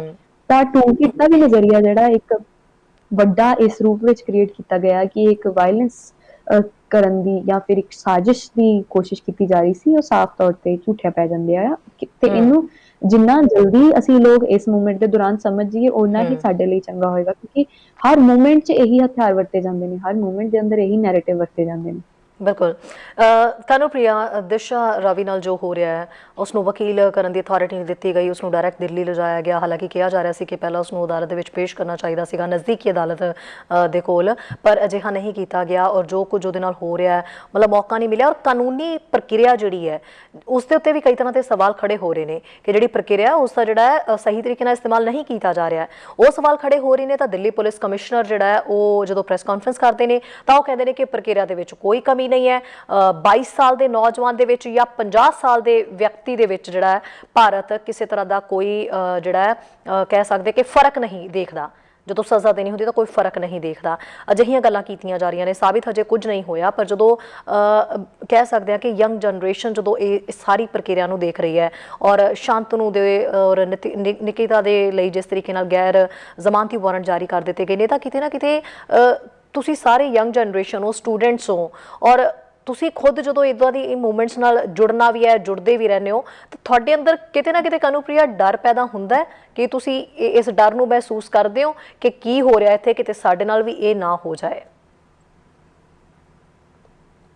ਦੇਖੋ ਇਹ ਤਾਂ ਬਿਲਕੁਲ ਤੈਅ ਹੀ ਹੈ ਕਿ ਬਖਸ਼ਿਆ ਕੋਈ ਨਹੀਂ ਜਾਣਾ। ਮਤਲਬ ਉਹਦੇ ਅੰਦਰੋਂ ਅਸੀਂ ਕੋਈ ਖਾਸ ਤਾਂ ਹੈ ਨਹੀਂ ਵੀ ਜਿਹਦੇ ਲਈ ਸਰਕਾਰ ਕੋਈ ਸਹੂਲਤਾਂ ਦਊਗੀ। ਮਤਲਬ ਅਸੀਂ ਉਹਨਾਂ ਸਮਿਆਂ ਦੇ ਅੰਦਰ ਹਾਂ ਜਿਨ੍ਹਾਂ ਦੇ ਵਿੱਚ UAPA ਪਹਿਲੀ ਧਾਰਾ ਹੈ ਜਿਹੜੀ ਕਿ ਤੁਹਾਡੀ ਆਵਾਜ਼ ਉਠਾਏ ਜਾਣ ਤੇ ਲਗਾਈ ਜਾਂਦੀ ਹੈ ਤਾਂ ਕਿ ਤੁਹਾਨੂੰ ਦੱਸ ਸਕਣ ਉਹ ਕਿ ਸਰਕਾਰ ਜਿਹੜੀ ਹੈਗੀ ਹੈ ਕਿੰਨੀ ਕੁ ਰੂਥਲੈਸ ਹੈਗੀ ਹੈ। ਤੇ ਇਹ ਸਾਨੂੰ ਕਿਤੇ ਭੁੱਲਿਆ ਵੀ ਨਹੀਂ ਹੈ ਕਿ ਕਿੰਨੀ ਬਰੂਟੈਲਿਟੀ ਤੇ ਕਿੰਨਾ ਵਾਇਲੈਂਸ ਸਾਡੀ ਸਰਕਾਰ ਜਾਂ ਸਟੇਟ ਦੇ ਅੰਦਰ ਭਰ ਰੱਖਿਆ ਹੈ।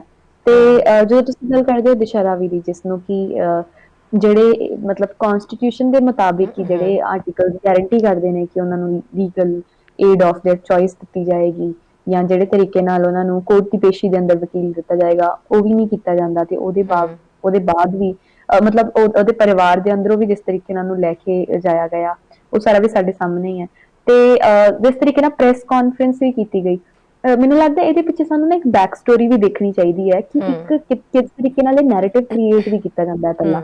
ਕਿ ਜਦੋਂ ਇਹਨਾਂ ਦੇ ਜਿਹੜੇ ਸੈਲੀਬ੍ਰਿਟੀ ਫਿਗਰਸ ਨੇ ਉਹ ਆਨਲਾਈਨ ਆ ਕੇ ਉਸ ਟੂਲ ਕਿਟ ਬਾਰੇ ਬੋਲਦੇ ਨੇ, ਦਹਿਸ਼ਤ ਦੀ ਕਿੰਨੀ ਦਹਿਸ਼ਤ ਭਰਦੇ ਨੇ ਉਸ ਟੂਲ ਕਿਟ ਦੇ ਅਰਾਊਂਡ, ਕਿ ਉਹ ਟੂਲ ਕਿਟ ਬਹੁਤ ਫਲਾਣੀ ਹੈ, ਢਿਮਕਣੀ ਹੈ, ਉਹਦੇ ਵਿੱਚ ਅਸੈਸੀਨੇਸ਼ਨ ਪਲਾਨ ਕੀਤੀ ਜਾ ਰਹੀ ਹੈ ਪ੍ਰਾਈਮ ਮਿਨਿਸਟਰ ਦੀ। ਤੇ ਮੈਂ ਇਹਦੇ ਅੰਦਰ ਇਹ ਵੀ ਦੱਸ ਦੇਵਾਂ ਕਿ ਜਿਹੜਾ ਭੀਮਾ ਕੋਰੇਗਾਂਵ ਹੋਇਆ ਸੀਗਾ ਇੰਡੀਆ ਦੇ ਅੰਦਰ ਇਨਸੀਡੈਂਟ ਪੁਣੇ ਦੇ ਅੰਦਰ, ਤੇ ਉਹਦੇ ਅੰਦਰ ਵੀ ਕਿਸ ਤਰੀਕੇ ਨਾਲ ਲੋਕਾਂ ਨੂੰ ਇਸ ਲਈ ਜੇਲ੍ਹ ਕਰ ਦਿੱਤਾ ਗਿਆ, ਐਕਟਿਵਿਸਟ ਸਾਰਿਆਂ ਨੂੰ ਇਸ ਲਈ ਜੇਲ੍ਹ ਕਰ ਦਿੱਤਾ ਗਿਆ ਕਿ ਉਹ ਲੋਕ ਸਾਰੇ ਉੱਥੇ ਪੀਐਮ ਦੀ ਅਸੈਸੀਨੇਸ਼ਨ ਪਲਾਨ ਕਰ ਰਹੇ ਸੀ। ਤਾਂ ਇਹ ਮਤਲਬ ਫਿਰ ਤੋਂ ਉਹੀ ਰਿਪੀਟੇਟਿਵ ਪੈਟਰਨ ਹੈ ਸਾਡੇ ਸਾਹਮਣੇ, ਜਿਹਦੇ ਅੰਦਰੋਂ ਫਿਰ ਤੋਂ ਇੱਕ ਜਿਹੜੇ ਸੈਲੀਬ੍ਰਿਟੀ ਫਿਗਰਸ ਨੇ ਜਾਂ ਫਿਰ ਇਹਨਾਂ ਦੇ ਜਿੰਨੇ ਵੀ ਮੰਤਰੀ ਨੇ ਜਾਂ ਜਿਹੜੇ ਵੀ ਇਹਨਾਂ ਦੇ ਮੁੱਖ ਬੁਲਾਰੇ ਨੇ, ਉਹ ਇੱਕ ਟਵਿੱਟਰ ਤੇ ਪੂਰਾ ਸੋਸ਼ਲ ਮੀਡੀਆ ਦੇ ਉੱਤੇ ਕੈਂਪੇਨ ਸ਼ੁਰੂ ਕਰਦੇ ਨੇ, ਲੋਕਾਂ ਦੇ ਅੰਦਰ ਲਿਜਾਂਦੇ ਨੇ, ਤੇ ਫਿਰ ਉਸ ਨੂੰ ਹੀ ਬਾਅਦ ਵਿੱਚ ਇਹਨਾਂ ਦਾ ਗੋਦੀ ਮੀਡੀਆ ਰੈਪਲੀਕੇਟ ਕਰਦਾ ਹੈ। ਹੁਣ ਉਹਨਾਂ ਨੂੰ ਟੂਲ ਕਿਟ ਜਾਂ ਫਿਰ ਦਿਸ਼ਾ ਰਾਵੀ ਆਰਾਮ ਨਾਲ ਮਿਲ ਗਈ।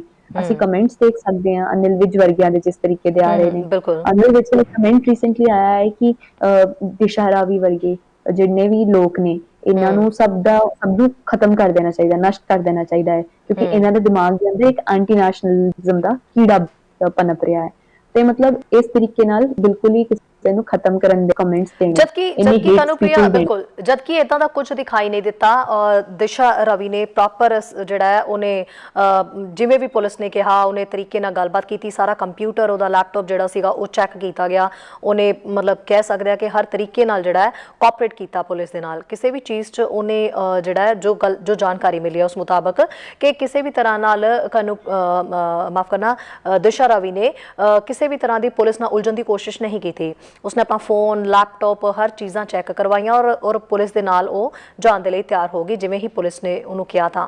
ਤੇ ਦੇਸ਼ ਧਰੋਹੀ ਕੀ ਹੁੰਦਾ ਹੈ? ਦੇਸ਼ ਧਰੋਹੀ ਉਦੋਂ ਜਦੋਂ ਕੋਈ ਅਜਿਹੀ ਚੀਜ਼ ਉਸਦੇ ਲੈਪਟਾਪ, ਉਸਦੇ ਕੰਪਿਊਟਰ ਦੇ ਵਿੱਚ ਜਾਂ ਕੋਈ ਅਜਿਹਾ ਸੰਗੀਨ ਮਾਮਲਾ ਜਿਸ ਵਿੱਚ ਉਹ ਸ਼ਾਮਿਲ ਹੈ ਤੇ ਉਹ ਦੇਸ਼ ਨੂੰ ਨੁਕਸਾਨ ਪਹੁੰਚਾਉਣ ਦੀ ਕੋਸ਼ਿਸ਼ ਜਿਹੜੀ ਹੈ ਉਹ ਕੀਤੀ ਜਾ ਰਹੀ ਸੀ।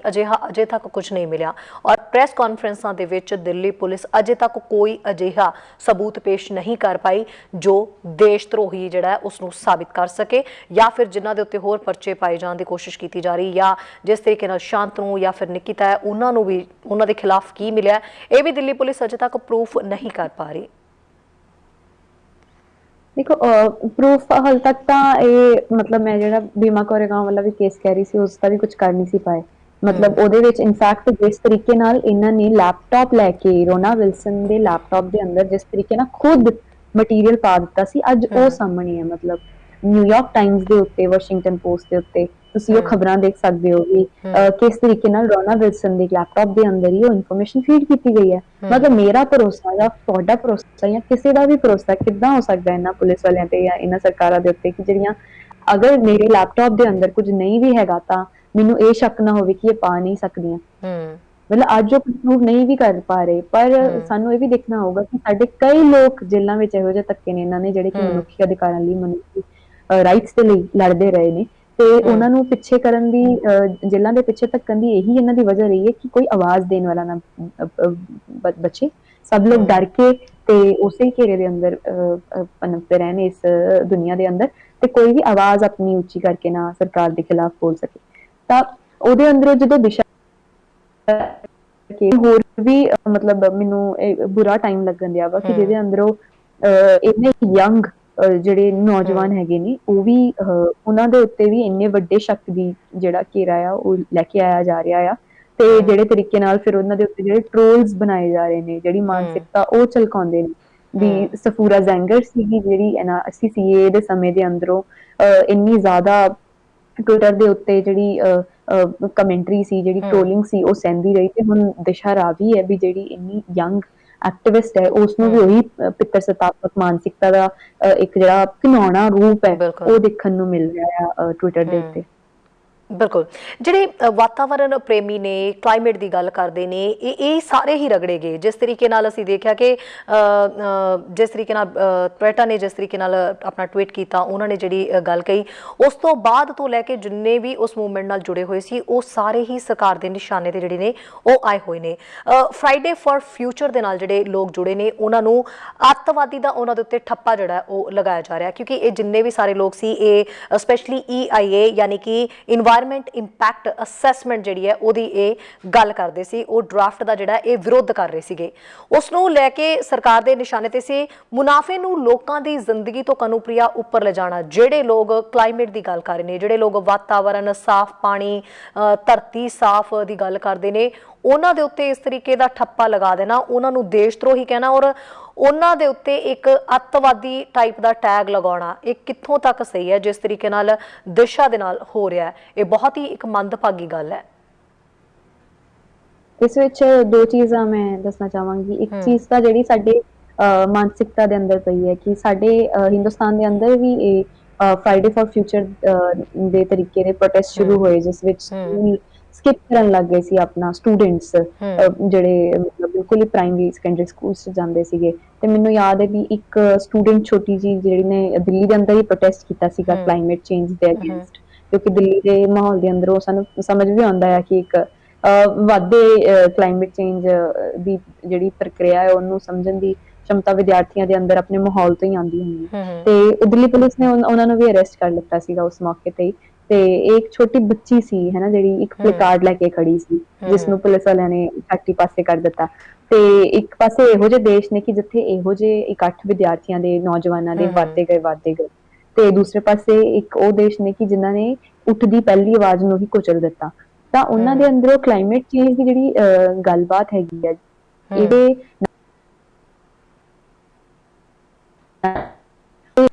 ਦੀ ਗੱਲ ਕੀਤੀ, ਇੱਕ ਕੁਦਰਤੀ ਸੋਦਾ ਮਤਲਬ ਕੁਦਰਤੀ ਜਿਹੜੇ ਸਰੋਤਾਂ ਦੇ ਨਾਲ ਇੱਕ ਭਰਿਆ ਹੋਇਆ ਭਰਪੂਰ ਦੇਸ਼ ਹੈਗਾ ਤੇ ਇਹਦੇ ਅੰਦਰੋਂ ਜਿਹੜੀ ਇੱਕ ਵੱਡੀ ਲੁੱਟ ਹੈਗੀ ਆ ਉਹਦੀ ਕੋਸ਼ਿਸ਼ ਲਈ ਕਾਰਪੋਰੇਟ ਤੇ ਪੂੰਜੀਵਾਦੀਆਂ ਦਾ ਲਗਾਤਾਰ ਧਿਆਨ ਰਹਿੰਦਾ ਹੈ। ਚਾਹੇ ਕਸ਼ਮੀਰ ਦੇ ਅੰਦਰੋਂ ਲੈਂਡ ਰਾਈਟਸ ਜਿਹੜੇ ਹੈਗੇ ਨੇ ਉਹ ਚੇਂਜ ਕੀਤੇ ਗਏ ਹੋਣ, ਜਾਂ ਫਿਰ ਜਿਸ ਤਰੀਕੇ ਨਾਲ ਪਿਛਲੇ ਦੌਰਾਨ ਇੱਕ ਡਰਾਈਵ ਸ਼ੁਰੂ ਕੀਤੀ ਗਈ ਸੀ ਕਿ ਟ੍ਰਾਈਬਲਸ ਨੂੰ ਇਵਿਕਟ ਕੀਤਾ ਗਿਆ ਸੀ, ਆਪਣੇ ਪਿੰਡਾਂ ਤੋਂ ਬਾਹਰ ਕੱਢਿਆ ਗਿਆ ਸੀਗਾ। ਤੇ ਜਿਸ ਤਰੀਕੇ ਨਾਲ ਹੁਣੇ EIA ਜਿਹੜੀ ਇੱਕ ਇਨਵਾਇਰਨਮੈਂਟ ਅਸੈਸਮੈਂਟ ਜਿਹੜੀ ਇੱਕ ਨਿਕਲੀ ਹੈ ਜਿਹਦਾ ਕਿ ਵਿਰੋਧ ਲੋਕਾਂ ਦੇ ਦੁਆਰਾ ਬਹੁਤ ਤੇਜ਼ ਹੋ ਗਿਆ ਸੀਗਾ, ਤੇ ਪ੍ਰਕਾਸ਼ ਜਾਵੜੇਕਰ ਨੂੰ ਕਾਫੀ ਈਮੇਲਸ ਨੇ ਜਿਹੜੀਆਂ ਕਿ ਦਿਸ਼ਾ ਰਾਵੀ ਵੱਲੋਂ ਵੀ ਗਈਆਂ ਨੇ ਤੇ ਇਹਨਾਂ ਦੇ ਗਰੁੱਪ ਵੱਲੋਂ ਵੀ ਡੈਫੀਨਿਟਲੀ ਗਈਆਂ ਨੇ।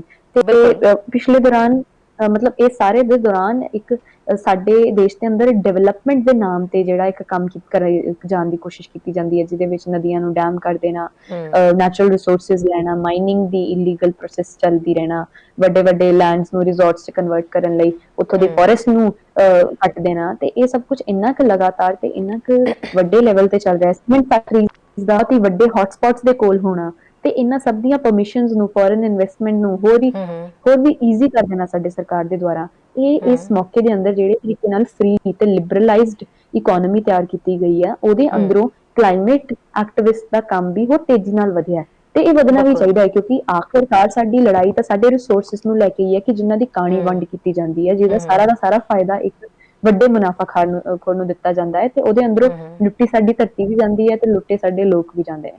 ਤੇ ਇਹਦੇ ਅੰਦਰੋਂ ਹੀ ਹੁਣ ਜਦੋਂ ਕਲਾਈਮੇਟ ਚੇਂਜ ਐਕਟਿਵਿਸਟ ਕੰਮ ਕਰ ਰਹੇ ਨੇ ਸ਼ਹਿਰਾਂ ਦੇ ਅੰਦਰ, ਜਾਂ ਫਿਰ ਆਦੀਵਾਸੀ ਜਿਸ ਤਰੀਕੇ ਨਾਲ ਕੰਮ ਕਰਦੇ ਨੇ ਵੱਡੇ ਵੱਡੇ ਫੋਰੈਸਟ ਦੇ ਅੰਦਰ, ਉਹਨਾਂ ਨੂੰ ਉਸੇ ਵੇਲੇ ਹੀ ਕਿਸੇ ਨਾ ਕਿਸੇ ਟੈਗ ਦੇ ਅੰਦਰ ਲੈ ਆਉਣਾ ਜਾਂ ਉਹਨਾਂ ਨੂੰ ਹੀ ਇੱਕ ਕਨਸਪੀਰੇਸੀ ਦੇ ਹੇਠ ਪਾ ਦੇਣਾ, ਇਹ ਸਾਡੀਆਂ ਸਰਕਾਰਾਂ ਲਈ ਆਸਾਨ ਹੋ ਜਾਂਦਾ ਹੈ ਤਾਂ ਕਿ ਲੋਕਾਂ ਨੂੰ ਜਿਹੜਾ ਮੇਨ ਫੋਕਸ ਹੈਗਾ ਉਸ ਤੋਂ ਹਟਾ ਦਿੱਤਾ ਜਾਵੇ।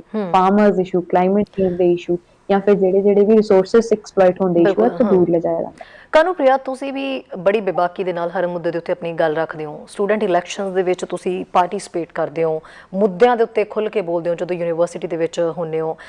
ਅਸੀਂ ਕਨਈਆ ਦੀ ਗੱਲ ਕਰ ਲਈਏ, ਕਨਈਆ ਵੀ ਉਹਨਾਂ ਦੇ ਵਿੱਚੋਂ ਹੀ ਇੱਕ ਸੀਗਾ ਕਿ ਜਦੋਂ ਬਹੁਤ ਆਵਾਜ਼ ਕਨਈਆ ਨੇ ਵੀ ਬੁਲੰਦ ਕੀਤੀ ਗਈ ਸੀ। ਯੂਨੀਵਰਸਿਟੀਆਂ ਦੇ ਸਟੂਡੈਂਟ ਜਿਹੜੇ ਨੇ ਖੁੱਲ੍ਹ ਕੇ ਬੋਲਦੇ ਨੇ। ਨੌਜਵਾਨ ਪੀੜ੍ਹੀ ਜਿਹੜੀ ਹੁੰਦੀ ਹੈ ਕਿਸੇ ਵੀ ਦੇਸ਼ ਦਾ ਸਰਮਾਇਆ ਹੁੰਦੇ ਨੇ। ਨੌਜਵਾਨ ਪੀੜ੍ਹੀ ਦੇ ਉੱਤੇ ਇੱਕ ਬਹੁਤ ਵੱਡੀ ਜਿਹੜੀ ਹੈ ਉਹ ਕਿਸੇ ਵੀ ਦੇਸ਼ ਦੀ ਜਿਹੜੀ ਹੈ ਵਾਗਡੋਰ ਜਿਹੜੀ ਕਹਿ ਸਕਦੇ ਹਾਂ ਕਿ ਟਿਕੀ ਹੁੰਦੀ ਹੈ। ਸਟੂਡੈਂਟਸ ਹੋਣ ਜਾਂ ਫਿਰ ਹੋਰ ਆਵਾਜ਼ਾਂ, ਕਨਈਆ ਦੀ ਗੱਲ ਕਰ ਲਈਏ, ਜਾਂ ਇਸ ਤਰ੍ਹਾਂ ਦੀਆਂ ਬਹੁਤ ਸਾਰੀਆਂ ਐਗਜ਼ਾਮਪਲਸ ਅਸੀਂ ਨੌਜਵਾਨ ਜਨਰੇਸ਼ਨ ਦੀਆਂ ਲੈ ਸਕਦੇ ਹਾਂ। ਕਿਤੇ ਨਾ ਕਿਤੇ ਲੱਗਦਾ ਹੈ ਵੀ ਉਹ ਹੁਣ ਡਰ ਜਾਣਗੇ ਜਾਂ ਫਿਰ ਜਿਹੜੇ ਆਉਣ ਵਾਲੀਆਂ ਆਵਾਜ਼ਾਂ ਉੱਠਣ ਵਾਲੀਆਂ ਨੇ ਉਹ ਦੱਬ ਜਾਣਗੀਆਂ। ਦੇਖੋ, ਜਿੰਨਾ ਸਮਾਂ ਤਾਂ ਇਹ ਮੂਵਮੈਂਟ ਚੱਲ ਰਹੀ ਹੈ ਔਰ ਮੈਨੂੰ ਲੱਗਦਾ ਹੈ ਮੂਵਮੈਂਟ ਚੱਲਣ ਦੇ ਬਾਅਦ ਵੀ ਇੱਕ ਪੀੜ੍ਹੀ ਤਾਂ ਸਾਡੀ ਇਸ ਸੰਘਰਸ਼ ਦੇ ਅੰਦਰੋਂ ਸਿੱਖ ਰਹੀ ਹੈ। ਉਹ ਸਿੱਖ ਰਹੀ ਹੈ ਕਿ ਮੋਰਚਿਆਂ ਦੇ ਅੰਦਰੋਂ, ਇਹ ਮੂਵਮੈਂਟਸ ਦੇ ਅੰਦਰੋਂ ਕਿਸ ਤਰੀਕੇ ਨਾਲ ਮੂਵਮੈਂਟ ਨੂੰ ਖਤਮ ਕਰਨ ਦੀ ਕੋਸ਼ਿਸ਼ ਉਹਨਾਂ ਦੇ ਲੋਕਾਂ ਦੇ ਹੌਸਲੇ ਤੋੜ ਕੇ ਕੀਤੀ ਜਾਂਦੀ ਹੈ। ਚਾਹੇ ਹੁਣ ਉਹ ਨੌਜਵਾਨ ਕਾਰਕੁਨ ਨਵਦੀਪ ਦਾ ਅਰੈਸਟ ਹੋਵੇ, ਸ਼ਿਵ ਕੁਮਾਰ ਦਾ ਅਰੈਸਟ ਹੋਵੇ, ਇਹ ਸਾਫ਼ ਤੌਰ ਤੇ ਇੱਕ ਨਵੀਂ ਨੌਜਵਾਨ ਪੀੜ੍ਹੀ ਨੂੰ ਵੀ ਤਿਆਰ ਕਰ ਰਿਹਾ ਹੈ ਕਿ ਉਹ ਲੜਾਈ ਨੂੰ ਆ ਕੇ ਜੁਆਇਨ ਕਰੇ ਤੇ ਆਪਣੇ ਸਾਥੀਆਂ ਦਾ ਵੱਡਾ ਹੌਸਲਾ ਬਣਾਏ ਤੇ ਉਹਦੇ ਅੰਦਰ ਜੋੜੇ, ਕਿਉਂਕਿ ਇਸ ਮੂਵਮੈਂਟ ਦੇ ਅੰਦਰੋਂ ਇੱਕ ਵੱਡੀ ਗਿਣਤੀ ਦੇ ਅੰਦਰ ਨੌਜਵਾਨਾਂ ਦੀ ਸ਼ਮੂਲੀਅਤ ਹੈ ਤੇ ਸਟੂਡੈਂਟਸ ਦੀ ਸ਼ਮੂਲੀਅਤ ਹੈ। ਇਹ ਸਾਡੇ ਪ੍ਰਾਈਮ ਮਿਨਿਸਟਰ ਦਾ ਵੀ ਕਹਿਣਾ ਸੀਗਾ ਕਿ ਮੂਵਮੈਂਟ ਦੇ ਅੰਦਰ ਫਾਰਮਰਸ ਨਹੀਂ ਹੈਗੇ, ਕਿਸਾਨ ਆਏ ਨੇ, ਫਲਾਣੇ ਆਏ ਨੇ, ਢਿਮਕਨੇ ਆਏ ਨੇ, ਜਿਨ੍ਹਾਂ ਨੂੰ ਉਹਨਾਂ ਨੇ ਅੰਦੋਲਨ ਜੀ ਦੇ ਦਿੱਤੀ ਸੀਗੀ। ਤੇ ਅਸੀਂ ਕਹਿਣਾ ਚਾਹੁੰਦੇ ਹਾਂ ਵੀ ਅੰਦੋਲਨ ਜੀਵੀ ਦੀ ਕੈਟੇਗਰੀ ਬਹੁਤ ਹੀ ਮਾਣਯੋਗ ਕੈਟੇਗਰੀ ਹੈਗੀ ਆ। ਵਾਤਾਵਰਣ ਦੇ ਨਾਲ ਬਿਲਕੁਲ ਕਾਨੂੰਪ੍ਰਿਆ, ਵਾਤਾਵਰਣ ਦੇ ਨਾਲ ਜਿਹੜੇ ਵਾਤਾਵਰਣ ਪ੍ਰੇਮੀ ਨੇ, ਜਿਹੜੇ ਵਾਤਾਵਰਣ ਦੀ ਗੱਲ ਕਰਦੇ ਨੇ, ਉਹ ਸਾਫ਼ ਸਿੱਧੇ ਤੌਰ ਦੇ ਉੱਤੇ ਉਹ ਤਾਂ ਖੇਤੀ ਨਾਲ ਜੁੜੇ ਹੀ ਹੁੰਦੇ ਨੇ, ਉਹ ਤਾਂ ਖੇਤੀਬਾੜੀ ਦੀ ਵੀ ਗੱਲ ਕਰਨਗੇ ਹੀ, ਕਿਉਂਕਿ ਉਹਨਾਂ ਦਾ ਤਾਂ ਰਾਬਤਾ ਇਸ ਚੀਜ਼ ਨਾਲ ਬਹੁਤ ਜੁੜਿਆ ਹੁੰਦਾ ਹੈ। ਸੋ ਇਸ ਚੀਜ਼ ਦੀ ਗੱਲ ਕਰਨਾ ਗਲਤ ਨਹੀਂ ਹੈ। ਕਿਤੇ ਨਾ ਕਿਤੇ ਲੱਗਦਾ ਹੈ ਕਿ ਜੋ ਇਸ ਵੇਲੇ ਹੋ ਰਿਹਾ ਉਹ ਯੂਨੀਵਰਸਿਟੀਆਂ ਤੱਕ ਵੀ ਇੱਕ ਮੈਸੇਜ ਪਹੁੰਚਾਉਣ ਦੀ ਕੋਸ਼ਿਸ਼ ਕੀਤੀ ਜਾਂਦੀ, ਇੱਕ ਡਰ ਵਾਲਾ ਮਾਹੌਲ ਪੈਦਾ ਕਰਨ ਦੀ ਕੋਸ਼ਿਸ਼ ਕੀਤੀ ਜਾ ਰਹੀ ਹੈ, ਚਾਹੇ ਉਹ JNU ਹੋਵੇ, ਚਾਹੇ ਪੰਜਾਬ ਯੂਨੀਵਰਸਿਟੀ ਹੋਵੇ ਜਾਂ ਹੈਦਰਾਬਾਦ ਯੂਨੀਵਰਸਿਟੀ ਹੋਵੇ ਜਾਂ ਇਸ ਤਰ੍ਹਾਂ ਦੀਆਂ ਕਈ ਯੂਨੀਵਰਸਿਟੀਆਂ। ਕਿਤੇ ਨਾ ਕਿਤੇ ਮਤਲਬ ਸਰਕਾਰ ਜਿਹੜਾ ਉਹ ਮੈਸੇਜ ਇਹ ਪਹੁੰਚਾ ਰਹੀ ਹੈ ਵੀ ਉਹਨਾਂ ਦੀਆਂ ਆਵਾਜ਼ਾਂ ਜਿਹੜੀਆਂ ਨੇ ਉਹ ਦੱਬ ਜਾਣ, ਉਹ ਬੰਦ ਹੀ ਰਹਿਣ ਤੇ ਉਹਨਾਂ ਦੇ ਜਿਹੜੇ ਮੂੰਹ ਹੈ ਉਹ ਨਾ ਖੁੱਲਣ। ਇਹ ਤਾਂ ਸਾਫ਼ ਤੌਰ ਤੇ ਸਰਕਾਰਾਂ ਜਾਣੂ ਸੀ ਇਸ ਚੀਜ਼ ਤੋਂ ਕਿ ਉਹਨਾਂ ਦੀ ਆਪੋਜੀਸ਼ਨ ਜਿਹੜੀ ਕਿ ਇਸ ਦੇਸ਼ ਦੇ ਅੰਦਰ ਬਹੁਤ ਹੀ ਖੁੱਲ ਕੇ ਬੋਲ ਰਹੀ ਸੀ, ਉਹ ਇੱਕ ਸਟੂਡੈਂਟਸ ਦੇ ਰੂਪ ਦੇ ਅੰਦਰ ਬੋਲ ਰਹੀ ਸੀ, ਕਿਉਂਕਿ ਜਿਹੜੀ ਵੀ ਉਹਨਾਂ ਦੀ ਪਾਲਿਸੀ ਜਾਂ ਨੀਤੀ ਆਉਂਦੀ ਸੀ ਉਹਦਾ ਪਹਿਲਾ ਵਿਰੋਧ ਹੀ ਯੂਨੀਵਰਸਿਟੀ ਕੈਂਪਸਸ ਤੋਂ ਸ਼ੁਰੂ ਹੁੰਦਾ ਸੀ, ਚਾਹੇ ਉਹ JNU ਹੋਏ, ਜਾਮੀਆ ਹੋਏ, ਪੰਜਾਬ ਯੂਨੀਵਰਸਿਟੀ ਹੋਵੇ, ਪੰਜਾਬੀ ਯੂਨੀਵਰਸਿਟੀ ਹੋਵੇ ਜਾਂ ਗੁਰੂ ਨਾਨਕ ਦੇਵ ਯੂਨੀਵਰਸਿਟੀ ਹੋਵੇ। ਤਾਂ ਇਹਨਾਂ ਯੂਨੀਵਰਸਿਟੀਆਂ ਨੂੰ ਇੱਕ ਪੋਲਿਟਿਕਸ ਦਾ ਗੜ ਵੀ ਉਹ ਸਮਝਣ ਲੱਗ ਗਏ ਸੀ ਤੇ ਇਸ ਤੋਂ ਕਿਸ ਤਰੀਕੇ ਨਾਲ ਪੋਲਿਟਿਕਸ ਉਹ ਕੱਢਣੀ ਹੈ ਤੇ ਆਪਣੀ ਪਾਉਣੀ ਹੈ, ਇਹਦੀ ਵੀ ਲਗਾਤਾਰ ਕੋਸ਼ਿਸ਼ ਚੱਲ ਰਹੀ ਸੀ। ਵਾਈਸ ਚਾਂਸਲਰ ਲਗਾ ਕੇ, ਪ੍ਰੋਫੈਸਰ ਲਗਾ ਕੇ, ਵਿਦਿਆਰਥੀਆਂ ਦੀ ਭਰਤੀ ਉਸ ਤਰੀਕੇ ਨਾਲ ਕਰਾ ਕੇ ਤੇ ਉਹਨਾਂ ਨੂੰ ਉਦਾਂ ਦੇ ਸਬਜੈਕਟ ਸਿਲੇਬਸ ਚੇਂਜ ਕਰਕੇ। ਤਾਂ ਇਹ ਸਾਰੀ ਕੋਸ਼ਿਸ਼ ਦੇ ਅੰਦਰੋਂ ਹੁਣ ਜਦੋਂ ਲੋਕ ਮੂਵਮੈਂਟ ਦੇ ਅੰਦਰ ਵੀ ਪਾਰਟਿਸਿਪੇਟ ਕਰ ਰਹੇ ਨੇ, ਸਟੂਡੈਂਟ ਵੱਧ ਚੜ ਕੇ ਪਹੁੰਚ ਰਹੇ ਨੇ, ਸ਼ੇਅਰ ਕਰ ਰਹੇ ਨੇ, ਪੋਲੀਟੀਕਲੀ ਅਵੇਅਰ ਹੋ ਰਹੇ ਨੇ, ਸੋਸ਼ਲ ਮੀਡੀਆ ਤੇ ਵੀ ਆਪਣੀ ਪ੍ਰੈਜ਼ੈਂਸ ਰੱਖ ਰਹੇ ਨੇ, ਆਫਲਾਈਨ ਵੀ ਆਪਣੀ ਪ੍ਰੈਜ਼ੈਂਸ ਰੱਖ ਰਹੇ ਨੇ, ਤਾਂ ਫਿਰ ਇਹਨਾਂ ਲਈ ਹੋਰ ਵੀ ਖਤਰਨਾਕ ਹੋ ਜਾਂਦਾ ਹੈ ਤੇ ਉਹਦੇ ਚੋਂ ਇੱਕ ਡਰ ਦੀ ਸਿਚੁਏਸ਼ਨ ਪੈਦਾ ਕਰਨਾ, ਕਿਉਂਕਿ ਸਾਡੇ ਘਰਾਂ ਦੇ ਅੰਦਰ ਤਾਂ ਇਹੀ ਇੱਕ ਵਿਚਾਰ ਕਾਮਨ ਹੁੰਦਾ ਹੈ ਕਿ ਤੁਸੀਂ ਸਿਰਫ ਆਪਣਾ ਸੋਚੋ ਤੇ ਸਿਰਫ ਆਪਣਾ ਕਰੋ, ਤੇ ਉਹਦੇ ਅੰਦਰੋਂ ਵੀ ਇੱਕ ਸਾਡੇ ਘਰਾਂ ਦੇ ਅੰਦਰੋਂ ਜਿਹੜੇ ਇੰਨੇ ਸਾਰੇ ਪਰਚੇ ਹੈਗੇ ਉਹਨਾਂ ਨੂੰ ਡੀਲ ਕਰਨ ਦੀ क्षमता ਕੋਈ ਨਹੀਂ ਰੱਖਦਾ। ਤਾਂ ਇਹੋ ਜਿਹੇ ਸਮੇਂ ਦੇ ਅੰਦਰ ਸਾਨੂੰ ਇਕਜੁੱਟ ਹੋ ਕੇ ਤੇ ਹੋਰ ਵੀ ਰਲ ਮਿਲ ਕੇ ਕੰਮ ਕਰਨ ਦੀ ਜ਼ਰੂਰਤ ਹੈ ਤੇ ਹੌਸਲਾ ਵਧਾਉਣ ਦੀ ਜ਼ਰੂਰਤ ਹੈ। ਬਿਲਕੁਲ ਜੀ, ਡਿਜੀਟਲ ਇੰਡੀਆ ਦੀਆਂ ਗੱਲਾਂ ਕਰਨ ਵਾਲੀ ਸਰਕਾਰ ਜਦੋਂ ਅੱਜ ਡਿਜੀਟਲ ਤਰੀਕੇ ਦੇ ਨਾਲ ਹੈ ਇਸ ਮੁਹਿੰਮ ਨੂੰ ਅੱਗੇ ਵਧਾਉਣ ਦੀ ਕੋਸ਼ਿਸ਼ ਕੀਤੀ ਜਾਂਦੀ ਹੈ। ਪਹਿਲਾਂ ਜਦੋਂ ਮੁਹਿੰਮਾਂ ਅੱਗੇ ਵਧਾਈਆਂ ਜਾਂਦੀਆਂ ਸੀ, ਪਹਿਲਾਂ ਜਦੋਂ ਅੰਦੋਲਨ ਕੀਤੇ ਜਾਂਦੇ ਸੀ, ਤਾਂ ਉਦੋਂ ਪੋਸਟਰ ਲਗਾ ਕੇ ਘਰ ਘਰ ਮੈਸੇਜ ਵੀ ਪਹੁੰਚਾ ਦਿੱਤੇ ਜਾਂਦੇ ਸੀ। ਉਦੋਂ ਅੰਦੋਲਨਾਂ ਦੀ ਤਸਵੀਰ ਹੀ ਕੁਝ ਹੋਰ ਹੁੰਦੀ ਸੀ ਜਿਹੜੇ ਪਹਿਲਾਂ ਹੁੰਦੇ ਸੀ। ਜਦੋਂ ਅੱਜ ਡਿਜੀਟਲ ਇੰਡੀਆ ਬਣ ਚੁੱਕਿਆ ਹੈ, ਸਰਕਾਰ ਭਾਰਤ ਦੀ ਖੁਦ ਡਿਜੀਟਲ ਇੰਡੀਆ ਦੀਆਂ ਗੱਲਾਂ ਕਰਦੀ ਹੈ, ਇਹੀ ਨਾਰਾ ਲੈ ਕੇ ਸੱਤਾ ਦੇ ਵਿੱਚ ਇਹ ਸਰਕਾਰ ਆਈ ਹੈ। ਤੇ ਜਦੋਂ ਅੱਜ ਡਿਜੀਟਲ ਤਰੀਕੇ ਦੇ ਨਾਲ ਕੈਂਪੇਨਿੰਗ ਹੋਣੀਆਂ ਸ਼ੁਰੂ ਹੋ ਗਈਆਂ ਨੇ ਅੰਦੋਲਨ ਦੀਆਂ, ਤੇ ਫਿਰ ਅੱਜ ਤਕਲੀਫ ਕਿਉਂ ਹੋ ਰਹੀ ਹੈ ਸਰਕਾਰ ਨੂੰ? ਅੱਜ ਇਹ ਗੱਲ ਗਲਤ ਕਿਉਂ ਹੈ ਤੇ ਅੱਜ ਇਸ ਦੇ ਉੱਤੇ ਜਿਹੜਾ ਉਹ ਸਾਜ਼ਿਸ਼ ਦਾ ਟੈਗ ਕਿਉਂ ਲਗਾਇਆ ਜਾ ਰਿਹਾ ਹੈ? ਬਿਲਕੁਲ, ਜਿਸ ਤਰ੍ਹਾਂ ਕਿ ਮੈਂ ਪਹਿਲਾਂ ਵੀ ਕਿਹਾ ਕਿ ਜਦੋਂ ਤੱਕ ਤਾਂ ਟੈਕਨੋਲੋਜੀ ਦੇ ਉੱਤੇ ਹੈਜਮਨੀ ਤੇ ਕੰਟਰੋਲ ਸਰਕਾਰ ਦਾ ਹੈ, ਉਦੋਂ ਤੱਕ ਤਾਂ ਉਹ ਟੈਕਨੋਲੋਜੀ ਵਧੀਆ ਹੈ ਤੇ ਉਸ ਦਾ ਯੂਜ਼ ਵੀ ਵਧੀਆ ਹੈ। ਬਟ ਜਦੋਂ ਹੀ ਲੋਕ ਉਸਨੂੰ ਆਪਣੇ ਤਰੀਕੇ ਦੇ ਨਾਲ ਆਪਣਾ ਇੱਕ ਡਿਸਕੋਰਸ ਚਲਾਉਣ ਦੇ ਲਈ ਵਰਤਣ ਲੱਗ ਜਾਣ ਤਾਂ ਉਹ ਇਹਨਾਂ ਦੇ ਲਈ ਖਤਰਨਾਕ ਹੋ ਜਾਂਦੀ ਹੈ, ਕਿਉਂਕਿ ਇਹਨਾਂ ਨੂੰ ਲੱਗਦਾ ਹੈ ਕਿ ਉਹ ਇੱਕ ਉਹਨਾਂ ਦਾ ਜਿਹੜਾ ਐਕਸਪੋਜ਼ ਨਾ ਕਰਦੇ ਜਾਂ ਫਿਰ ਇਕਜੁੱਟ ਨਾ ਹੋ। ਤਾਂ ਇਹ ਇੱਕ ਸਾਫ਼ ਤੌਰ ਤੇ ਮਤਲਬ ਸਟੇਟ ਦਾ ਸੈੱਟ ਕੀਤਾ ਨੈਰੇਟਿਵ ਹੁੰਦਾ ਆ, ਜਿਸ ਦੇ ਅੰਦਰੋਂ ਹੁਣ ਉਹ ਟੂਲ ਕਿਟ ਨੂੰ ਲੈ ਕੇ ਇੱਕ ਮਤਲਬ ਵੱਡਾ ਜਾਲ ਜਾਂ ਫਰੋਨਾ ਤੇ ਇੱਕ ਕਨਸਪੀਰੇਸੀ ਦਾ ਰੂਪ ਪੈਦਾ ਕਰਨਾ ਉਹਦੀ ਕੋਸ਼ਿਸ਼ ਕਰ ਰਹੀ ਹੈ। ਜਦੋਂ ਡਿਜੀਟਲ ਇੰਡੀਆ ਤਾਂ ਐਪ ਸਿਸਟਮ ਜਿਹੜਾ ਬਹੁਤ ਫਾਸਟ ਹੋ ਚੁੱਕਿਆ। ਸੋਸ਼ਲ ਮੀਡੀਆ ਅਸੀਂ ਦੇਖਦੇ ਹਾਂ ਕਿ ਸੋਸ਼ਲ ਮੀਡੀਆ ਕਿੰਨੀ ਜ਼ਿਆਦਾ ਰਫ਼ਤਾਰ ਤੇਜ਼ ਹੈ ਸੋਸ਼ਲ ਮੀਡੀਆ ਦੀ, ਔਰ ਸਰਕਾਰਾਂ ਨੂੰ ਕਿਤੇ ਨਾ ਕਿਤੇ ਸੋਸ਼ਲ ਮੀਡੀਆ ਦਾ ਬੈਨੀਫਿਟ ਵੀ ਮਿਲਦਾ ਹੈ। ਅਮਿਤ ਸ਼ਾਹ ਨੇ ਜਦੋਂ ਬਿਆਨ ਦਿੱਤਾ ਸੀ ਤੇ ਉਹਨਾਂ ਨੇ ਕਿਹਾ ਸੀ ਕਿ ਅਖਬਾਰਾਂ ਚਾਹੇ ਕੁਝ ਦਿਖਾਣ ਨਾ ਦਿਖਾਉਣ, टीवी चाहे कुछ दिखान ना दिखान, सोशल मीडिया पे जुड़ने वाले जो मेरे भाई हैं वो सब कुछ बताते हैं, वो बोलते हैं। तो जो सोशल मीडिया का इन्ना उन्होंने खुद ਨੂੰ भी फायदा है, तो फिर सोशल मीडिया ਦੇ ਉੱਤੇ ਜੇ ਕੋਈ ਗੱਲ ਰੱਖੀ ਜਾ ਰਹੀ ਹੈ ਤਾਂ ਉਹਨਾਂ ਨੂੰ ਕਿਉਂ ਪ੍ਰੋਬਲਮ ਹੁੰਦੀ ਪਈ ਹੈ ਇਸ ਦੇ ਵਿੱਚ? ਜਦੋਂ ਇਸ ਤਰੀਕੇ ਨਾਲ ਫਾਸਟ ਮੂਵਮੈਂਟ ਆ ਚੁੱਕੀ, ਕਈ ਲੋਕ ਕਾਨੂੰਪ੍ਰਿਆ ਇਹ ਕਮੈਂਟ ਕਰਦੇ ਨੇ ਕਿ ਇਸ ਦੇਸ਼ ਨੂੰ, ਇਸ ਦੇਸ਼ ਦੀ ਸੱਤਾ ਜਿਹਦੇ ਹੱਥ ਦੇ ਵਿੱਚ ਹੈ ਉਹ ਡਿਜੀਟਲ ਨਹੀਂ, ਉਹ ਬਹੁਤ ਹੀ ਪੁਰਾਣੀ ਸਰਕਾਰ ਹੈ ਤੇ ਪੁਰਾਣੇ ਖਿਆਲਾਂ ਦੀ ਹੈ, ਜਿਹੜੀ ਕਿ ਸੋਸ਼ਲ ਮੀਡੀਆ ਨੂੰ ਸਮਝ ਹੀ ਨਹੀਂ ਪਾ ਰਹੀ ਕਿ ਸੋਸ਼ਲ ਮੀਡੀਆ ਦਾ ਕਰਨਾ ਕੀ ਹੈ। ਕਿ ਸਟੂਡੈਂਟ ਵੀ ਇਹੀ ਚੀਜ਼ ਸੋਚਦੇ ਨੇ ਕਿ ਸਰਕਾਰ ਵਾਕਈ ਹੀ ਪੁਰਾਣੀ ਹੈ, ਜਿਨ੍ਹਾਂ ਨੂੰ ਡਿਜੀਟਲ ਜਿਹੜਾ ਤਰੀਕਾ ਔਰ ਸੋਸ਼ਲ ਮੀਡੀਆ ਦਾ ਜਿਹੜਾ ਤਰੀਕਾ ਹੈ ਮੁਹਿੰਮਾਂ ਨੂੰ ਅੱਗੇ ਵਧਾਉਣ ਦਾ, ਉਹ ਸਮਝ ਹੀ ਨਹੀਂ ਆ ਰਿਹਾ? ਦੇਖੋ ਮੀਨਸ ਐਂਡ ਮੈਥਡਸ ਚੇਂਜ ਹੋ ਸਕਦੇ ਨੇ, ਪਰ ਆਈਡੀਆਜ਼ ਅੱਜ ਵੀ ਉਹੀ ਚੱਲ ਰਹੇ ਨੇ। ਮਤਲਬ ਸਾਡੇ ਕੋਲ ਇੱਕ ਸਮੇਂ ਤੇ ਮਿਕਸਰ ਹੋ ਸਕਦਾ ਹੈ, ਇੱਕ ਸਮੇਂ ਤੇ ਚਾਕੂ ਹੋ ਸਕਦਾ ਹੈ, ਚੀਜ਼ਾਂ ਕੱਟੀਆਂ ਜਾ ਰਹੀਆਂ ਨੇ, ਇੱਕ ਟੈਕਨੋਲੋਜੀ ਵਰਤੀ ਜਾ ਰਹੀ ਹੈ, ਬਟ ਸਾਡੇ ਜਿਹੜੇ ਉਹਦੇ ਪ੍ਰਤੀ ਵਿਚਾਰ ਨੇ ਜਾਂ ਉਹਦੇ ਪ੍ਰਤੀ ਜਿਹੜੀ ਹੈ ਸਾਡੀ ਪ੍ਰੋਸੈਸ ਹੈਗੀ ਆ, ਉਹ ਲਗਭਗ ਉਸੇ ਤਰੀਕੇ ਨਾਲ ਚੱਲ ਰਹੀ ਹੈ। ਹੁਣ ਚਾਹੇ ਲੋਕ ਪ੍ਰੋਟੈਸਟ ਕਰ ਰਹੇ ਹੋਣ, ਇੱਕ ਸਪੇਸ ਦੇ ਅੰਦਰ ਆਪਣੀ ਗੱਲ ਕਰ ਰਹੇ ਹੋਣ, ਤਾਂ ਉਹਨਾਂ ਨੂੰ ਮਤਲਬ ਜੇਲ੍ਹ ਦੇ ਅੰਦਰ ਡੱਕ ਦਿੱਤਾ ਜਾਂਦਾ ਹੈ ਕਿ ਅਗਲੀ ਵਾਰ ਪ੍ਰੋਟੈਸਟ ਨਾ ਕਰ ਸਕਣ। ਜਾਂ ਫਿਰ ਜਦੋਂ ਕੋਈ ਸੋਸ਼ਲ ਮੀਡੀਆ ਤੇ ਅੱਜ ਦੇ ਸਮੇਂ ਤੇ ਉਸ ਤਰੀਕੇ ਦੇ ਕੈਂਪੇਨ ਰਿਲੀਜ਼ ਕਰ ਰਿਹਾ, ਉਹਨਾਂ ਨੂੰ ਉਸ ਤੋਂ ਜ਼ਾਬਤੇ ਦੇ ਅੰਦਰ ਲਿਆਉਣ ਲਈ ਇਹ ਜੇਲ੍ਹ ਕਰ ਲੈਣ। ਤਾਂ ਇਹ ਇੱਕ ਜਿਹੜੇ ਦੋਵੇਂ ਤਰੀਕੇ ਹੈਗੇ ਨੇ, ਇਹਦੇ ਅੰਦਰੋਂ ਬਸ ਮੇਨ ਪਰਪਸ ਤੇ ਮੇਨ ਜਿਹੜੀ ਇਹਦੀ ਕੋਰ ਰਹਿੰਦੀ ਹੈ, ਉਹੀ ਰਹਿੰਦੀ ਹੈ ਕਿ ਤੁਸੀਂ ਡਾਇਸੈਂਟ ਦੀ ਆਵਾਜ਼ ਨੂੰ ਨਹੀਂ ਪਹੁੰਚਣ ਦੇਣਾ, ਜਾਂ ਫਿਰ ਉਹਨੂੰ ਸੈਂਟਰਲ ਇਸ਼ੂ ਨਹੀਂ ਬਣਨ ਦੇਣਾ।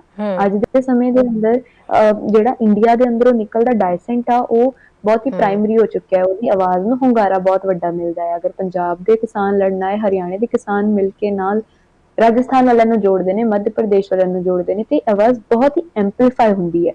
ਉਹ ਗਲੋਬਲੀ ਵੀ ਐਂਪਲੀਫਾਈ ਹੁੰਦੀ ਹੈ ਕਿ ਜਦੋਂ ਅਸੀਂ ਇੰਟਰਨੈਟ ਦੇ ਰਾਹੀਂ ਦੂਰ ਦੂਰ ਤੱਕ ਹੈਸ਼ਟੈਗ ਸ਼ੇਅਰ ਕਰਦੇ ਹਾਂ, ਵੀਡੀਓ ਕਾਨਫਰੰਸਿਸ ਸ਼ੇਅਰ ਕਰਦੇ ਹਾਂ, ਟੂਲ ਕਿਟਸ ਸ਼ੇਅਰ ਕਰਦੇ ਹਾਂ, ਤਾਂ ਇਹ ਹੋਰ ਵੀ ਡੇਂਜਰਸ ਹੋ ਜਾਂਦਾ ਸਰਕਾਰ ਲਈ ਕਿ ਉਹ ਜਿਹੜਾ ਇਨਫੋਰਮੇਸ਼ਨ ਹੈ, ਉਹ ਲੋਕਾਂ ਦਾ ਵੀ ਉਨੀ ਸਪੀਡ, ਉਨੀ ਰੇਸ, ਉਨੇ ਵੀਲਸ ਦੇ ਉੱਤੇ ਆ ਗਿਆ ਹੈ ਜਿੰਨਾ ਉਹਨਾਂ ਦਾ ਇੱਕ ਵੀਲਸ ਤੇ ਸੀਗਾ। ਮਤਲਬ ਉਹਨਾਂ ਦੇ ਆਈਡੀਆ ਵੀ ਵੀਲਸ ਇਸਤੇਮਾਲ ਕਰਦੇ ਨੇ, ਜਿਹਦੇ ਅੰਦਰ ਬਹੁਤ ਹੀ ਆਸਾਨ ਇੱਕ ਟੈਲੀਵਿਜ਼ਨ ਦਾ ਮਾਧਿਅਮ ਹੈਗਾ ਆ। ਪਰ ਅੱਜ ਜਿਹੜੇ ਪੰਜਾਬੀਆਂ ਨੇ ਜਾਂ ਜਿੰਨਾ ਸਾਡੇ ਸੋਸ਼ਲ ਮੀਡੀਆ ਨੇ ਉਸ ਗੋਦੀ ਮੀਡੀਆ ਨੂੰ ਐਕਸਪੋਜ਼ ਕਰ ਦਿੱਤਾ ਹੈ, ਤਾਂ ਲੋਕਾਂ ਦਾ ਇੱਕ ਸ਼ੱਕ ਹੁੰਦਾ ਹੈ ਉਹਨਾਂ ਦੀ ਖਬਰ ਨੂੰ ਜਾਇਜ਼ ਜਾਂ ਨਾਜਾਇਜ਼ ਠਹਿਰਾਉਣ ਦਾ। ਤਾਂ ਜਦੋਂ ਹੁਣ ਉਹ ਸਪੇਸ ਉਹਨਾਂ ਦੀ ਖੁੱਸ ਗਈ ਆ, ਤਾਂ ਉਹਦੇ ਅੰਦਰੋਂ ਸੋਸ਼ਲ ਮੀਡੀਆ ਦੀ ਸਪੇਸ ਹਜੇ ਵੀ ਆਪਾਂ ਕੰਪੈਰੀਟਿਵਲੀ ਕਹਿ ਸਕਦੇ ਹਾਂ ਕਿ ਖਾਸੀ ਹੈ, ਜਿਹੜੀ ਲੋਕਾਂ ਨੇ ਹਥਿਆਈ ਹੋਈ ਹੈ ਤੇ ਲੋਕਾਂ ਦਾ ਕਿਹਾ ਉੱਥੇ ਪਹੁੰਚਦਾ ਹੈ।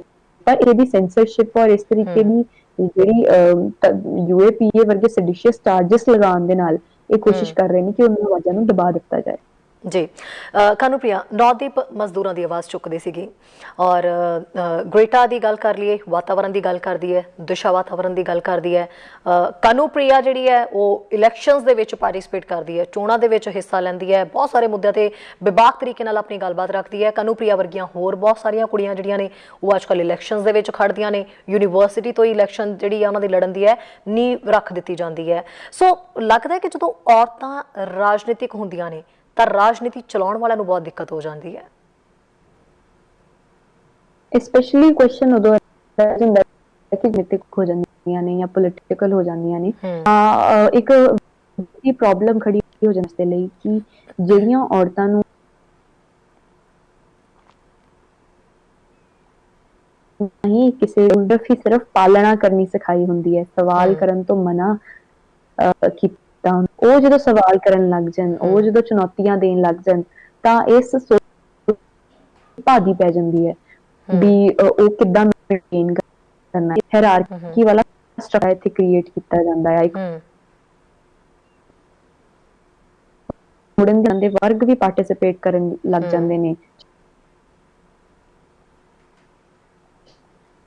ਸਾਡੇ ਇੱਕ ਸੈਂਟਰ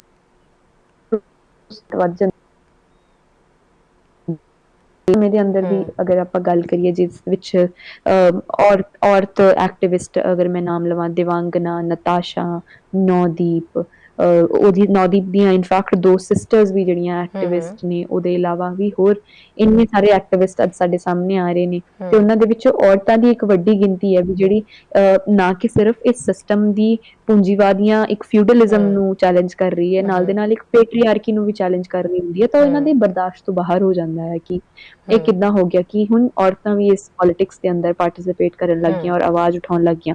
ਅਸਲ ਵਿੱਚ ਜਦੋਂ ਤੱਕ ਤਾਂ ਆਪਾਂ ਆਪਣੇ ਮੁੱਦੇ ਤੱਕ ਹੀ ਫੋਕਸ ਕਰਦੇ ਹਾਂ ਤਾਂ ਇਹਨਾਂ ਨੂੰ ਠੀਕ ਲੱਗਦਾ ਹੈ, ਬਟ ਜਦੋਂ ਆਪਾਂ ਇਕਜੁੱਟ ਹੋ ਜਾਂਦੇ ਹਾਂ ਤਾਂ ਉਦੋਂ ਸਿਸਟਮ ਨੂੰ ਪ੍ਰੋਬਲਮ ਆਉਂਦੀ ਹੈ। ਤਾਂ ਹੁਣ ਜਦੋਂ ਤਰ੍ਹਾਂ ਦੇ ਐਕਟਿਵਿਸਟ, ਚਾਹੇ ਉਹ ਕਲਾਈਮੇਟ ਐਕਟਿਵਿਸਟ ਨੇ, ਚਾਹੇ ਉਹ ਸੈਲੀਬ੍ਰਿਟੀਜ਼ ਨੇ, ਚਾਹੇ ਉਹ ਫਾਰਮਰਸ ਨੇ, ਸਟੂਡੈਂਟਸ ਨੇ, ਲਾਇਰਸ ਨੇ, ਜਰਨਲਿਸਟ ਨੇ, ਉਹ ਇਕੱਠੇ ਹੋ ਚੁੱਕੇ ਨੇ, ਤਾਂ ਉਦੋਂ ਹੋਰ ਵੀ ਮੁਸ਼ਕਿਲ ਹੋ ਜਾਂਦਾ ਹੈ ਕਿ ਕਿਸ ਤਰੀਕੇ ਨਾਲ ਇਹ ਪਾਵਰ ਸਟਰਕਚਰ ਵਾਪਸ ਤੋਂ ਉਸੇ ਨਾਰਮਲਸੀ ਸਾਨੂੰ ਲੈ ਕੇ ਆ ਸਕੇ, ਕਿਉਂਕਿ ਇਹ ਨਾਰਮਲਸੀ ਕੋਈ ਨਾਰਮਲ ਨਹੀਂ ਹੁੰਦੀ ਲੋਕਾਂ ਦੇ ਲਈ, ਬਟ ਇਹਨਾਂ ਪਾਵਰ ਸਟਰਕਚਰਸ ਦੇ ਲਈ ਨਾਰਮਲ ਹੁੰਦੀ ਹੈ। ਉਹਨਾਂ ਦੇ ਲਈ ਨਾਰਮਲ ਹੁੰਦੀ ਹੈ ਕਿਉਂਕਿ ਉਹਨਾਂ ਨੇ ਵਾਪਸ ਔਰਤਾਂ ਨੂੰ ਵੀ ਉੱਥੇ ਐਕਸਪਲੋਇਟੇਸ਼ਨ ਦੇ ਅੰਦਰ ਲੈ ਆਉਣਾ ਹੈ ਤੇ ਲੋਕਾਂ ਨੂੰ ਵੀ ਉਸੇ ਹੀ ਜ਼ਿੰਦਗੀ ਦੇ ਐਕਸਪਲੋਇਟੇਸ਼ਨ ਦੇ ਅੰਦਰ ਲੈ ਕੇ ਆਉਣ ਨੂੰ ਨਾਰਮਲ ਸੀ ਕਹਿ ਦੇਣਾ। ਤੇ ਉਹਦੇ ਅੰਦਰੋਂ ਔਰਤਾਂ ਦਾ ਵਿਰੋਧ ਕਰਨਾ ਮੈਨੂੰ ਲੱਗਦਾ ਸਭ ਤੋਂ ਅਹਿਮ ਹੈ ਤੇ ਸਭ ਤੋਂ ਪਾਵਰਫੁਲ ਹੈ ਇਸ ਸਮੇਂ ਦੇ ਅੰਦਰ। ਬਿਲਕੁਲ। ਕਾਨੂੰਪ੍ਰਿਆ, ਬਹੁਤ ਬਹੁਤ ਸ਼ੁਕਰੀਆ ਜੀ ਜਾਣਕਾਰੀ ਸਾਂਝੀ ਕਰਨ ਦੇ ਲਈ ਔਰ ਇਸ ਮੁੱਦੇ ਦੇ ਉੱਤੇ ਚੈਨਲ ਪੰਜਾਬੀ ਦੇ ਨਾਲ ਗੱਲਬਾਤ ਕਰਨ ਦੇ ਲਈ। ਬਹੁਤ ਬਹੁਤ ਸ਼ੁਕਰੀਆ। ਬਹੁਤ ਬਹੁਤ ਸ਼ੁਕਰੀਆ ਤੁਹਾਡਾ ਵੀ ਜੀ। ਸੋ ਕਾਨੂੰਪ੍ਰਿਆ ਇੱਕ ਵਿਦਿਆਰਥਣ ਹੋਣ ਦੇ ਨਾਤੇ ਜਿਹੜਾ ਸਾਡੇ ਨਾਲ ਉਹ ਜੁੜੇ ਹੋਏ ਸਨ ਔਰ ਸਪੈਸ਼ਲੀ ਉਹ ਇੱਕ ਯੰਗ ਕੁੜੀ ਹੈ, ਉਹ ਯੰਗ ਕੁੜੀ ਜਿਹੜੀ ਆਪਣੀ ਬੇਬਾਕੀ ਨਾਲ ਗੱਲ ਰੱਖਦੀ ਹੈ, ਯੂਨੀਵਰਸਿਟੀ ਇਲੈਕਸ਼ਨ ਦੇ ਵਿੱਚ ਵੀ ਪਾਰਟਿਸਿਪੇਟ ਕਰਦੀ ਹੈ। ਇੱਦਾਂ ਦੀਆਂ ਬਹੁਤ ਸਾਰੀਆਂ ਕੁੜੀਆਂ ਜਿਹੜੀਆਂ ਨੇ ਉਹ ਅੱਗੇ ਆਉਂਦੀਆਂ ਨੇ। ਕਿਸਾਨ ਅੰਦੋਲਨ ਦੇ ਵਿੱਚ ਵੀ ਅਜਿਹਾ ਹੀ ਹੋ ਰਿਹਾ, ਕੋਈ ਵਾਤਾਵਰਨ ਪ੍ਰੇਮੀ ਹੈ, ਕੋਈ ਕਲਾਈਮੇਟ ਦੀ ਜਿਹੜੀ ਗੱਲ ਕਰ ਰਿਹਾ ਹੈ, ਜਾਂ ਫਿਰ ਕੋਈ ਇੰਜੀਨੀਅਰ ਹੈ, ਇਹ ਸਾਰੇ ਹੀ ਜਿਹੜੇ ਨੇ, ਕੋਈ ਮਜ਼ਦੂਰਾਂ ਦੀ ਆਵਾਜ਼ ਚੁੱਕ ਰਿਹਾ, ਇਹ ਸਾਰੇ ਹੀ ਹੈ ਇਸ ਮੁਹਿੰਮ ਦੇ ਨਾਲ ਕਿਤੇ ਨਾ ਕਿਤੇ ਜੁੜ ਗਏ। ਪਰ ਮੁਹਿੰਮ ਦੇ ਨਾਲ ਜੁੜਨਾ ਸ਼ਾਇਦ ਇੰਨੀ ਵੱਡੀ ਪਰੇਸ਼ਾਨੀ ਸਰਕਾਰ ਦੇ ਲਈ ਬਣ ਗਈ ਕਿ ਹੁਣ ਇਹਨਾਂ ਯੰਗ ਕੁੜੀਆਂ ਦੇ ਉੱਤੇ ਜਿਹੜਾ ਉਹ ਸ਼ਿਕੰਜਾ ਕੱਸਣਾ ਸ਼ੁਰੂ ਕਰ ਦਿੱਤਾ ਹੈ। ਕਿਤੇ ਨਾ ਕਿਤੇ ਮੈਸੇਜ ਸਰਕਾਰੇ ਪਹੁੰਚਾਉਣ ਦੀ ਕੋਸ਼ਿਸ਼ ਕਰ ਰਹੀ ਹੈ ਬਾਕੀ ਯੰਗਸਟਰਸ ਨੂੰ ਕਿ ਜਿਹੜੀ ਆਪਣੀ ਉੱਠਦੀ ਆਵਾਜ਼ ਆ ਉਹਨੂੰ ਅੱਗੇ ਬੁਲੰਦ ਨਾ ਕਰੋ ਤਾਂ ਕਿ ਦੇਸ਼ ਧਰੋਹੀ ਦੇ ਪਰਚੇ ਪੈ ਜਾਣਗੇ। ਇਹ ਬਹੁਤ ਹੀ ਇੱਕ ਖੌਫਨਾਕ ਤਸਵੀਰ ਜਿਹੜੀ ਹੈ ਉਹ ਬਣਾਈ ਜਾ ਰਹੀ ਹੈ। ਜੇ ਅੰਦੋਲਨ ਹੈ, ਅੰਦੋਲਨ ਕਰਨਾ ਲੋਕਤੰਤਰ ਦੇ ਵਿੱਚ ਇੱਕ ਹੱਕ ਮੰਨਿਆ ਜਾਂਦਾ ਹੈ। ਬੋਲਣ ਦੀ ਆਜ਼ਾਦੀ ਲੋਕਤੰਤਰ ਦੇ ਵਿੱਚ ਸਭ ਨੂੰ ਹੈ। ਜੇ ਦੇਸ਼ ਧਰੋਹੀ ਹੈ, ਇਹ ਸ਼ਬਦ ਕਿੱਥੋਂ ਆਇਆ ਸੀ? ਇਹ ਕਦੋਂ ਆਇਆ ਸੀ ਕਾਨੂੰਨ? ਇਹ ਜਦੋਂ ਅੰਗਰੇਜ਼ ਸੀ ਉਦੋਂ। ਹਾਲਾਂਕਿ ਇਸ ਨੂੰ ਹਟਾਉਣ ਦੀ ਬਾਰ-ਬਾਰ ਮੰਗ ਕੀਤੀ ਗਈ ਸੀਗੀ, ਪਰ ਜਦੋਂ ਇੰਦਰਾ ਗਾਂਧੀ ਦੇ ਜਦੋਂ ਐਮਰਜੈਂਸੀ ਵਾਲਾ ਜਦੋਂ ਮਾਹੌਲ ਸੀਗਾ ਉਸ ਟਾਈਮ ਤੇ ਵੀ ਇਸ ਨੂੰ ਕਿਹਾ ਜਾ ਰਿਹਾ ਸੀ, ਪਰ ਉਹਨਾਂ ਨੇ ਹਟਾਇਆ ਨਹੀਂ, ਉਹਨਾਂ ਨੇ ਅੱਗੇ ਇਹਨੂੰ ਕੰਟੀਨਿਊ ਰੱਖਿਆ। ਤੇ ਅੱਜ ਇਸੇ ਲਈ ਸ਼ਾਇਦ ਇਹ ਦੇਸ਼ ਧਰੋਹ ਜਿਹੜਾ ਹੈ ਇਸ ਸਰਕਾਰ ਦੇ ਵਿੱਚ ਵੀ ਸਾਹਮਣੇ ਆਇਆ। ਹਾਲਾਂਕਿ ਬਹੁਤ ਵੱਡੇ ਵੱਡੇ ਹੋਰ ਮੁੱਦੇ ਆ ਜਾਂਦੇ ਨੇ ਉਦੋਂ ਦੇਸ਼ ਧਰੋਹੀ ਦੇ ਪਰਚੇ ਸ਼ਾਇਦ ਨਹੀਂ ਪਾਏ ਜਾਂਦੇ, ਪਰ ਜਦੋਂ ਕਿਸਾਨ ਅੰਦੋਲਨ ਜਾਂ ਕਿਸਾਨ ਮੂਵਮੈਂਟ ਇਸ ਦੌਰਾਨ ਖੜੀ ਹੋ ਗਈ ਹੈ, ਕੌਮਾਂਤਰੀ ਪੱਧਰ ਦੇ ਉੱਤੇ ਇਹਦੀ ਆਵਾਜ਼ ਜਾਰੀ ਹੈ, ਤਾਂ ਹੁਣ ਦੇਸ਼ ਧਰੋਹੀ ਸਾਰੇ ਹੋਣ ਲੱਗ ਗਏ ਨੇ। ਸੋ ਸਰਕਾਰ ਨੂੰ ਕਿਤੇ ਨਾ ਕਿਤੇ ਇਹ ਚੀਜ਼ ਸਮਝਣੀ ਚਾਹੀਦੀ ਹੈ ਕਿ ਲੋਕਤੰਤਰ ਦੇ ਵਿੱਚ ਬੋਲਣ ਦਾ ਹੱਕ ਹੈ, ਉਹ ਹੱਕ ਨਾ ਖੋਵੋ, ਬੋਲਣ ਦਿਓ। ਤੇ ਜਿਹੜੀ ਵੀ ਸਰਕਾਰ ਤੇ ਕਿਸਾਨਾਂ ਦੀ ਆਪਸੀ ਗੱਲਬਾਤ ਹੈ ਜਾਂ ਆਪਸ ਦੀ ਲੜਾਈ ਕਹਿ ਲਓ ਜਾਂ ਫਿਰ ਆਪਸੀ ਜਿਹੜੇ ਵੀ ਮੁੱਦੇ ਦੇ ਉੱਤੇ ਅੜੀ ਹੋਈ ਹੈ ਉਸ ਦੇ ਉੱਤੇ ਬੈਠ ਕੇ ਕੋਈ ਉਹਦਾ ਹੱਲ ਕੱਢੋ ਜਲਦੀ ਤੋਂ ਜਲਦੀ। ਇਸ ਦਾ ਮੈਸੇਜ ਕੌਮਾਂਤਰੀ ਪੱਧਰ ਦੇ ਉੱਤੇ ਵੀ ਸਹੀ ਹੀ ਜਾਏਗਾ। ਨਹੀਂ ਤਾਂ ਜੋ ਮਾਹੌਲ ਹੁਣ ਪਨਪ ਰਿਹਾ ਹੈ ਜਾਂ ਜੋ ਖੌਫਨਾਕ ਤਸਵੀਰ ਹੁਣ ਪੇਸ਼ ਕੀਤੀ ਜਾ ਰਹੀ ਹੈ ਉਹ ਕਿਤੇ ਨਾ ਕਿਤੇ ਸਰਕਾਰ ਦੇ ਲਈ ਵੀ ਮਾੜੀ ਹੋ ਸਕਦੀ ਹੈ। ਸਰਕਾਰ ਨੂੰ ਵੀ ਉਸ ਦਾ ਖਾਮਿਆਜ਼ਾ ਕਦੀ ਨਾ ਕਦੀ ਕਿਤੇ ਨਾ ਕਿਤੇ ਜਾ ਕੇ ਤਾਂ ਭੁਗਤਣਾ ਪਏਗਾ। ਸੋ ਜੇ ਜੇਲ੍ਹ ਹੈ ਤਾਂ ਬੇਲ ਵੀ ਹੈ, ਤੇ ਜੇ ਵਕੀਲ ਹੈ ਤੇ ਅਪੀਲ ਵੀ ਹੈ। ਸੋ ਇਹ ਜਿਹੜੀ ਹੈ ਇਸ ਸਟ੍ਰੈਟਜੀ ਦੇ ਵੀ ਕੰਮ ਕਰੋ, ਕਿਉਂਕਿ ਹੁਣ ਤੱਕ ਜਾਣਕਾਰੀ ਦੇ ਮੁਤਾਬਕ ਜਿਹੜੀ ਦਿਸ਼ਾ ਰਵੀ ਨੂੰ ਵਕੀਲ ਵੀ ਨਹੀਂ ਉਸ ਟਾਈਮ ਦੇ ਉੱਤੇ ਕਰਨ ਦਿੱਤਾ ਗਿਆ ਜਦੋਂ ਉਹ ਗ੍ਰਿਫਤਾਰ ਕੀਤੀ ਗਈ। ਸੋ ਇਸੇ ਤਰੀਕੇ ਨਾਲ ਹੁਣ ਸ਼ਾਂਤਰੂ ਔਰ ਨਿਕਿਤਾ ਦਾ ਨਾਲ ਕੀਤਾ ਜਾ ਰਿਹਾ ਕਿ ਗੈਰ ਜ਼ਮਾਨਤੀ ਵਾਰੰਟ ਉਹਨਾਂ ਦੇ ਖਿਲਾਫ ਜਾਰੀ ਕਰ ਦਿੱਤੇ ਗਏ ਨੇ। ਸੋ ਇਸ ਤਸਵੀਰ ਨੂੰ ਜਿਹੜਾ ਕਲੀਅਰ ਹੋਣਾ ਬਹੁਤ ਜ਼ਰੂਰੀ ਹੈ। ਹਾਂ, ਜੇ ਕਿਸੇ ਨੇ ਗਲਤੀ ਕੀਤੀ ਹੈ, ਜੇ ਵਾਕਈ ਦਿੱਲੀ ਪੁਲਿਸ ਦੇ ਹਵਾਲੇ ਤੋਂ ਜਾਂ ਦਿੱਲੀ ਪੁਲਿਸ ਦੇ ਕੋਲ ਕੋਈ ਅਜਿਹਾ ਪ੍ਰੂਫ ਲੱਗ ਜਾਂਦਾ ਹੈ ਜਿਸ ਦੇ ਵਿੱਚ ਕਿਸੇ ਨੇ ਹਿੰਸਾ ਦੀ ਗੱਲ ਕੀਤੀ ਹੈ ਜਾਂ ਜਿਹੜੇ ਕਹਿ ਸਕਦੇ ਹਾਂ ਕਿ ਟੂਲ ਕਿਟ ਦੇ ਵਿੱਚ ਹਿੰਸਾ ਭੜਕਾਉਣ ਦਾ ਮੈਸੇਜ ਦਿੱਤਾ ਗਿਆ, ਕੋਈ ਵੀਡੀਓ ਅਜਿਹੀ ਜਾਰੀ ਕੀਤੀ ਗਈ ਹੈ, ਕੁਝ ਗੱਲਾਂ ਅਜਿਹੀਆਂ ਨਿਕਲੀਆਂ ਨੇ, ਜਾਂ ਜਿਹੜੀ ਮੀਟਿੰਗ ਕੀਤੀ ਗਈ ਹੈ ਕੈਨੇਡਾ ਦੇ ਲੋਕਾਂ ਦੇ ਨਾਲ ਉਸ ਦੇ ਵਿੱਚ ਕੀ ਅਜਿਹਾ ਸਬੂਤ ਮਿਲਿਆ, ਤਾਂ ਫਿਰ ਦੇਸ਼ ਧਰੋਹੀ ਜਾਂ ਦੇਸ਼ ਨੂੰ ਕਿਸੇ ਤਰੀਕੇ ਨਾਲ ਖਤਰੇ ਚ ਪਾਉਣ ਦੀ ਕੋਸ਼ਿਸ਼ ਕੀਤੀ ਗਈ ਹੈ ਜਾਂ ਵਾਕਈ ਕਿਸੇ ਦੋ ਫਿਰਕਿਆਂ ਨੂੰ ਲੜਾਉਣ ਦੀ ਕੋਸ਼ਿਸ਼ ਕੀਤੀ ਗਈ ਹੈ, ਤਾਂ ਇਹ ਜੇ ਇਸ ਤਰੀਕੇ ਦੇ ਪ੍ਰੂਫ ਨੇ ਤਾਂ ਫਿਰ ਜੋ ਕਾਨੂੰਨ ਕਰ ਰਿਹਾ, ਜੋ ਸਰਕਾਰ ਕਰ ਰਹੀ ਹੈ ਉਹ ਸਹੀ ਹੈ। ਪਰ ਜੇ ਅਜਿਹੇ ਸਬੂਤ ਜਾਂ ਅਜਿਹੇ ਪ੍ਰੂਫ ਨਹੀਂ ਮਿਲੇ ਤਾਂ ਅਜਿਹਾ ਡਰ ਤੇ ਭੈ ਵਾਲਾ ਮਾਹੌਲ ਬਣਾਉਣ ਦੀ ਜਿਹੜੀ ਕੋਸ਼ਿਸ਼ ਹੈ ਉਸ ਨੂੰ ਹੁਣ ਇੱਥੇ ਹੀ ਖਤਮ ਕਰ ਦੇਣਾ ਬਹੁਤ ਜ਼ਰੂਰੀ ਹੈ। ਅਗਲੇ ਅਪਡੇਟ ਦੇ ਨਾਲ ਫਿਰ ਤੋਂ ਕੱਲ ਦ ਮਾਰਨਿੰਗ ਸ਼ੋਅ ਦੇ ਵਿੱਚ ਜੁੜਾਂਗੇ। ਟਿਲ ਦੈਨ ਇਹ ਜ਼ਰੂਰ ਕਹਾਂਗੇ ਕਿ ਟੂਲ ਕਿਟ ਦਾ ਮਤਲਬ ਤੁਸੀਂ ਸਾਰੇ ਕੀ ਸਮਝਦੇ ਹੋ? ਪਲੀਜ਼ ਉਹ ਜ਼ਰੂਰ ਚੈਨਲ ਪੰਜਾਬੀ ਨੂੰ ਲਿਖ ਕੇ ਭੇਜਣਾ, ਚਾਹੇ ਸਾਡੇ ਫੇਸਬੁੱਕ ਪਲੇਟਫਾਰਮ ਦੇ ਉੱਤੇ ਜਾਓ ਜਾਂ ਜਿਹੜਾ ਵੀ ਜ਼ਰੀਆ ਤੁਹਾਨੂੰ ਸਾਡੇ ਤੱਕ ਪਹੁੰਚਣ ਦਾ ਮਿਲਦਾ ਹੈ। ਟੂਲ ਕਿਟ ਬਾਰੇ ਤੁਸੀਂ ਵੀ ਜ਼ਰੂਰ ਸਮਝਾਉਣਾ ਕਿ ਤੁਹਾਡੇ ਨਜ਼ਰੀਏ ਤੋਂ ਕਿਸਾਨ ਅੰਦੋਲਨ 'ਚ ਵਰਤੀ ਗਈ ਜਿਹੜੀ ਟੂਲ ਕਿਟ ਉਹ ਹੈ ਕੀ ਹੈ। ਇਜਾਜ਼ਤ ਦਿਓ ਜੀ, ਸਤਿ ਸ਼੍ਰੀ ਅਕਾਲ। ਸਾਡਾ ਹਰ ਇੱਕ ਪ੍ਰੋਗਰਾਮ ਵੇਖਣ ਤੇ ਸਾਡੇ ਨਾਲ ਜੁੜਨ ਲਈ ਸਬਸਕ੍ਰਾਈਬ ਕਰੋ ਚੈਨਲ ਪੰਜਾਬੀ ਤੇ ਨੋਟੀਫਿਕੇਸ਼ਨ ਲਈ ਬੈਲ ਆਈਕਨ ਵਾਲੇ ਬਟਨ ਤੇ ਕਲਿੱਕ ਕਰੋ।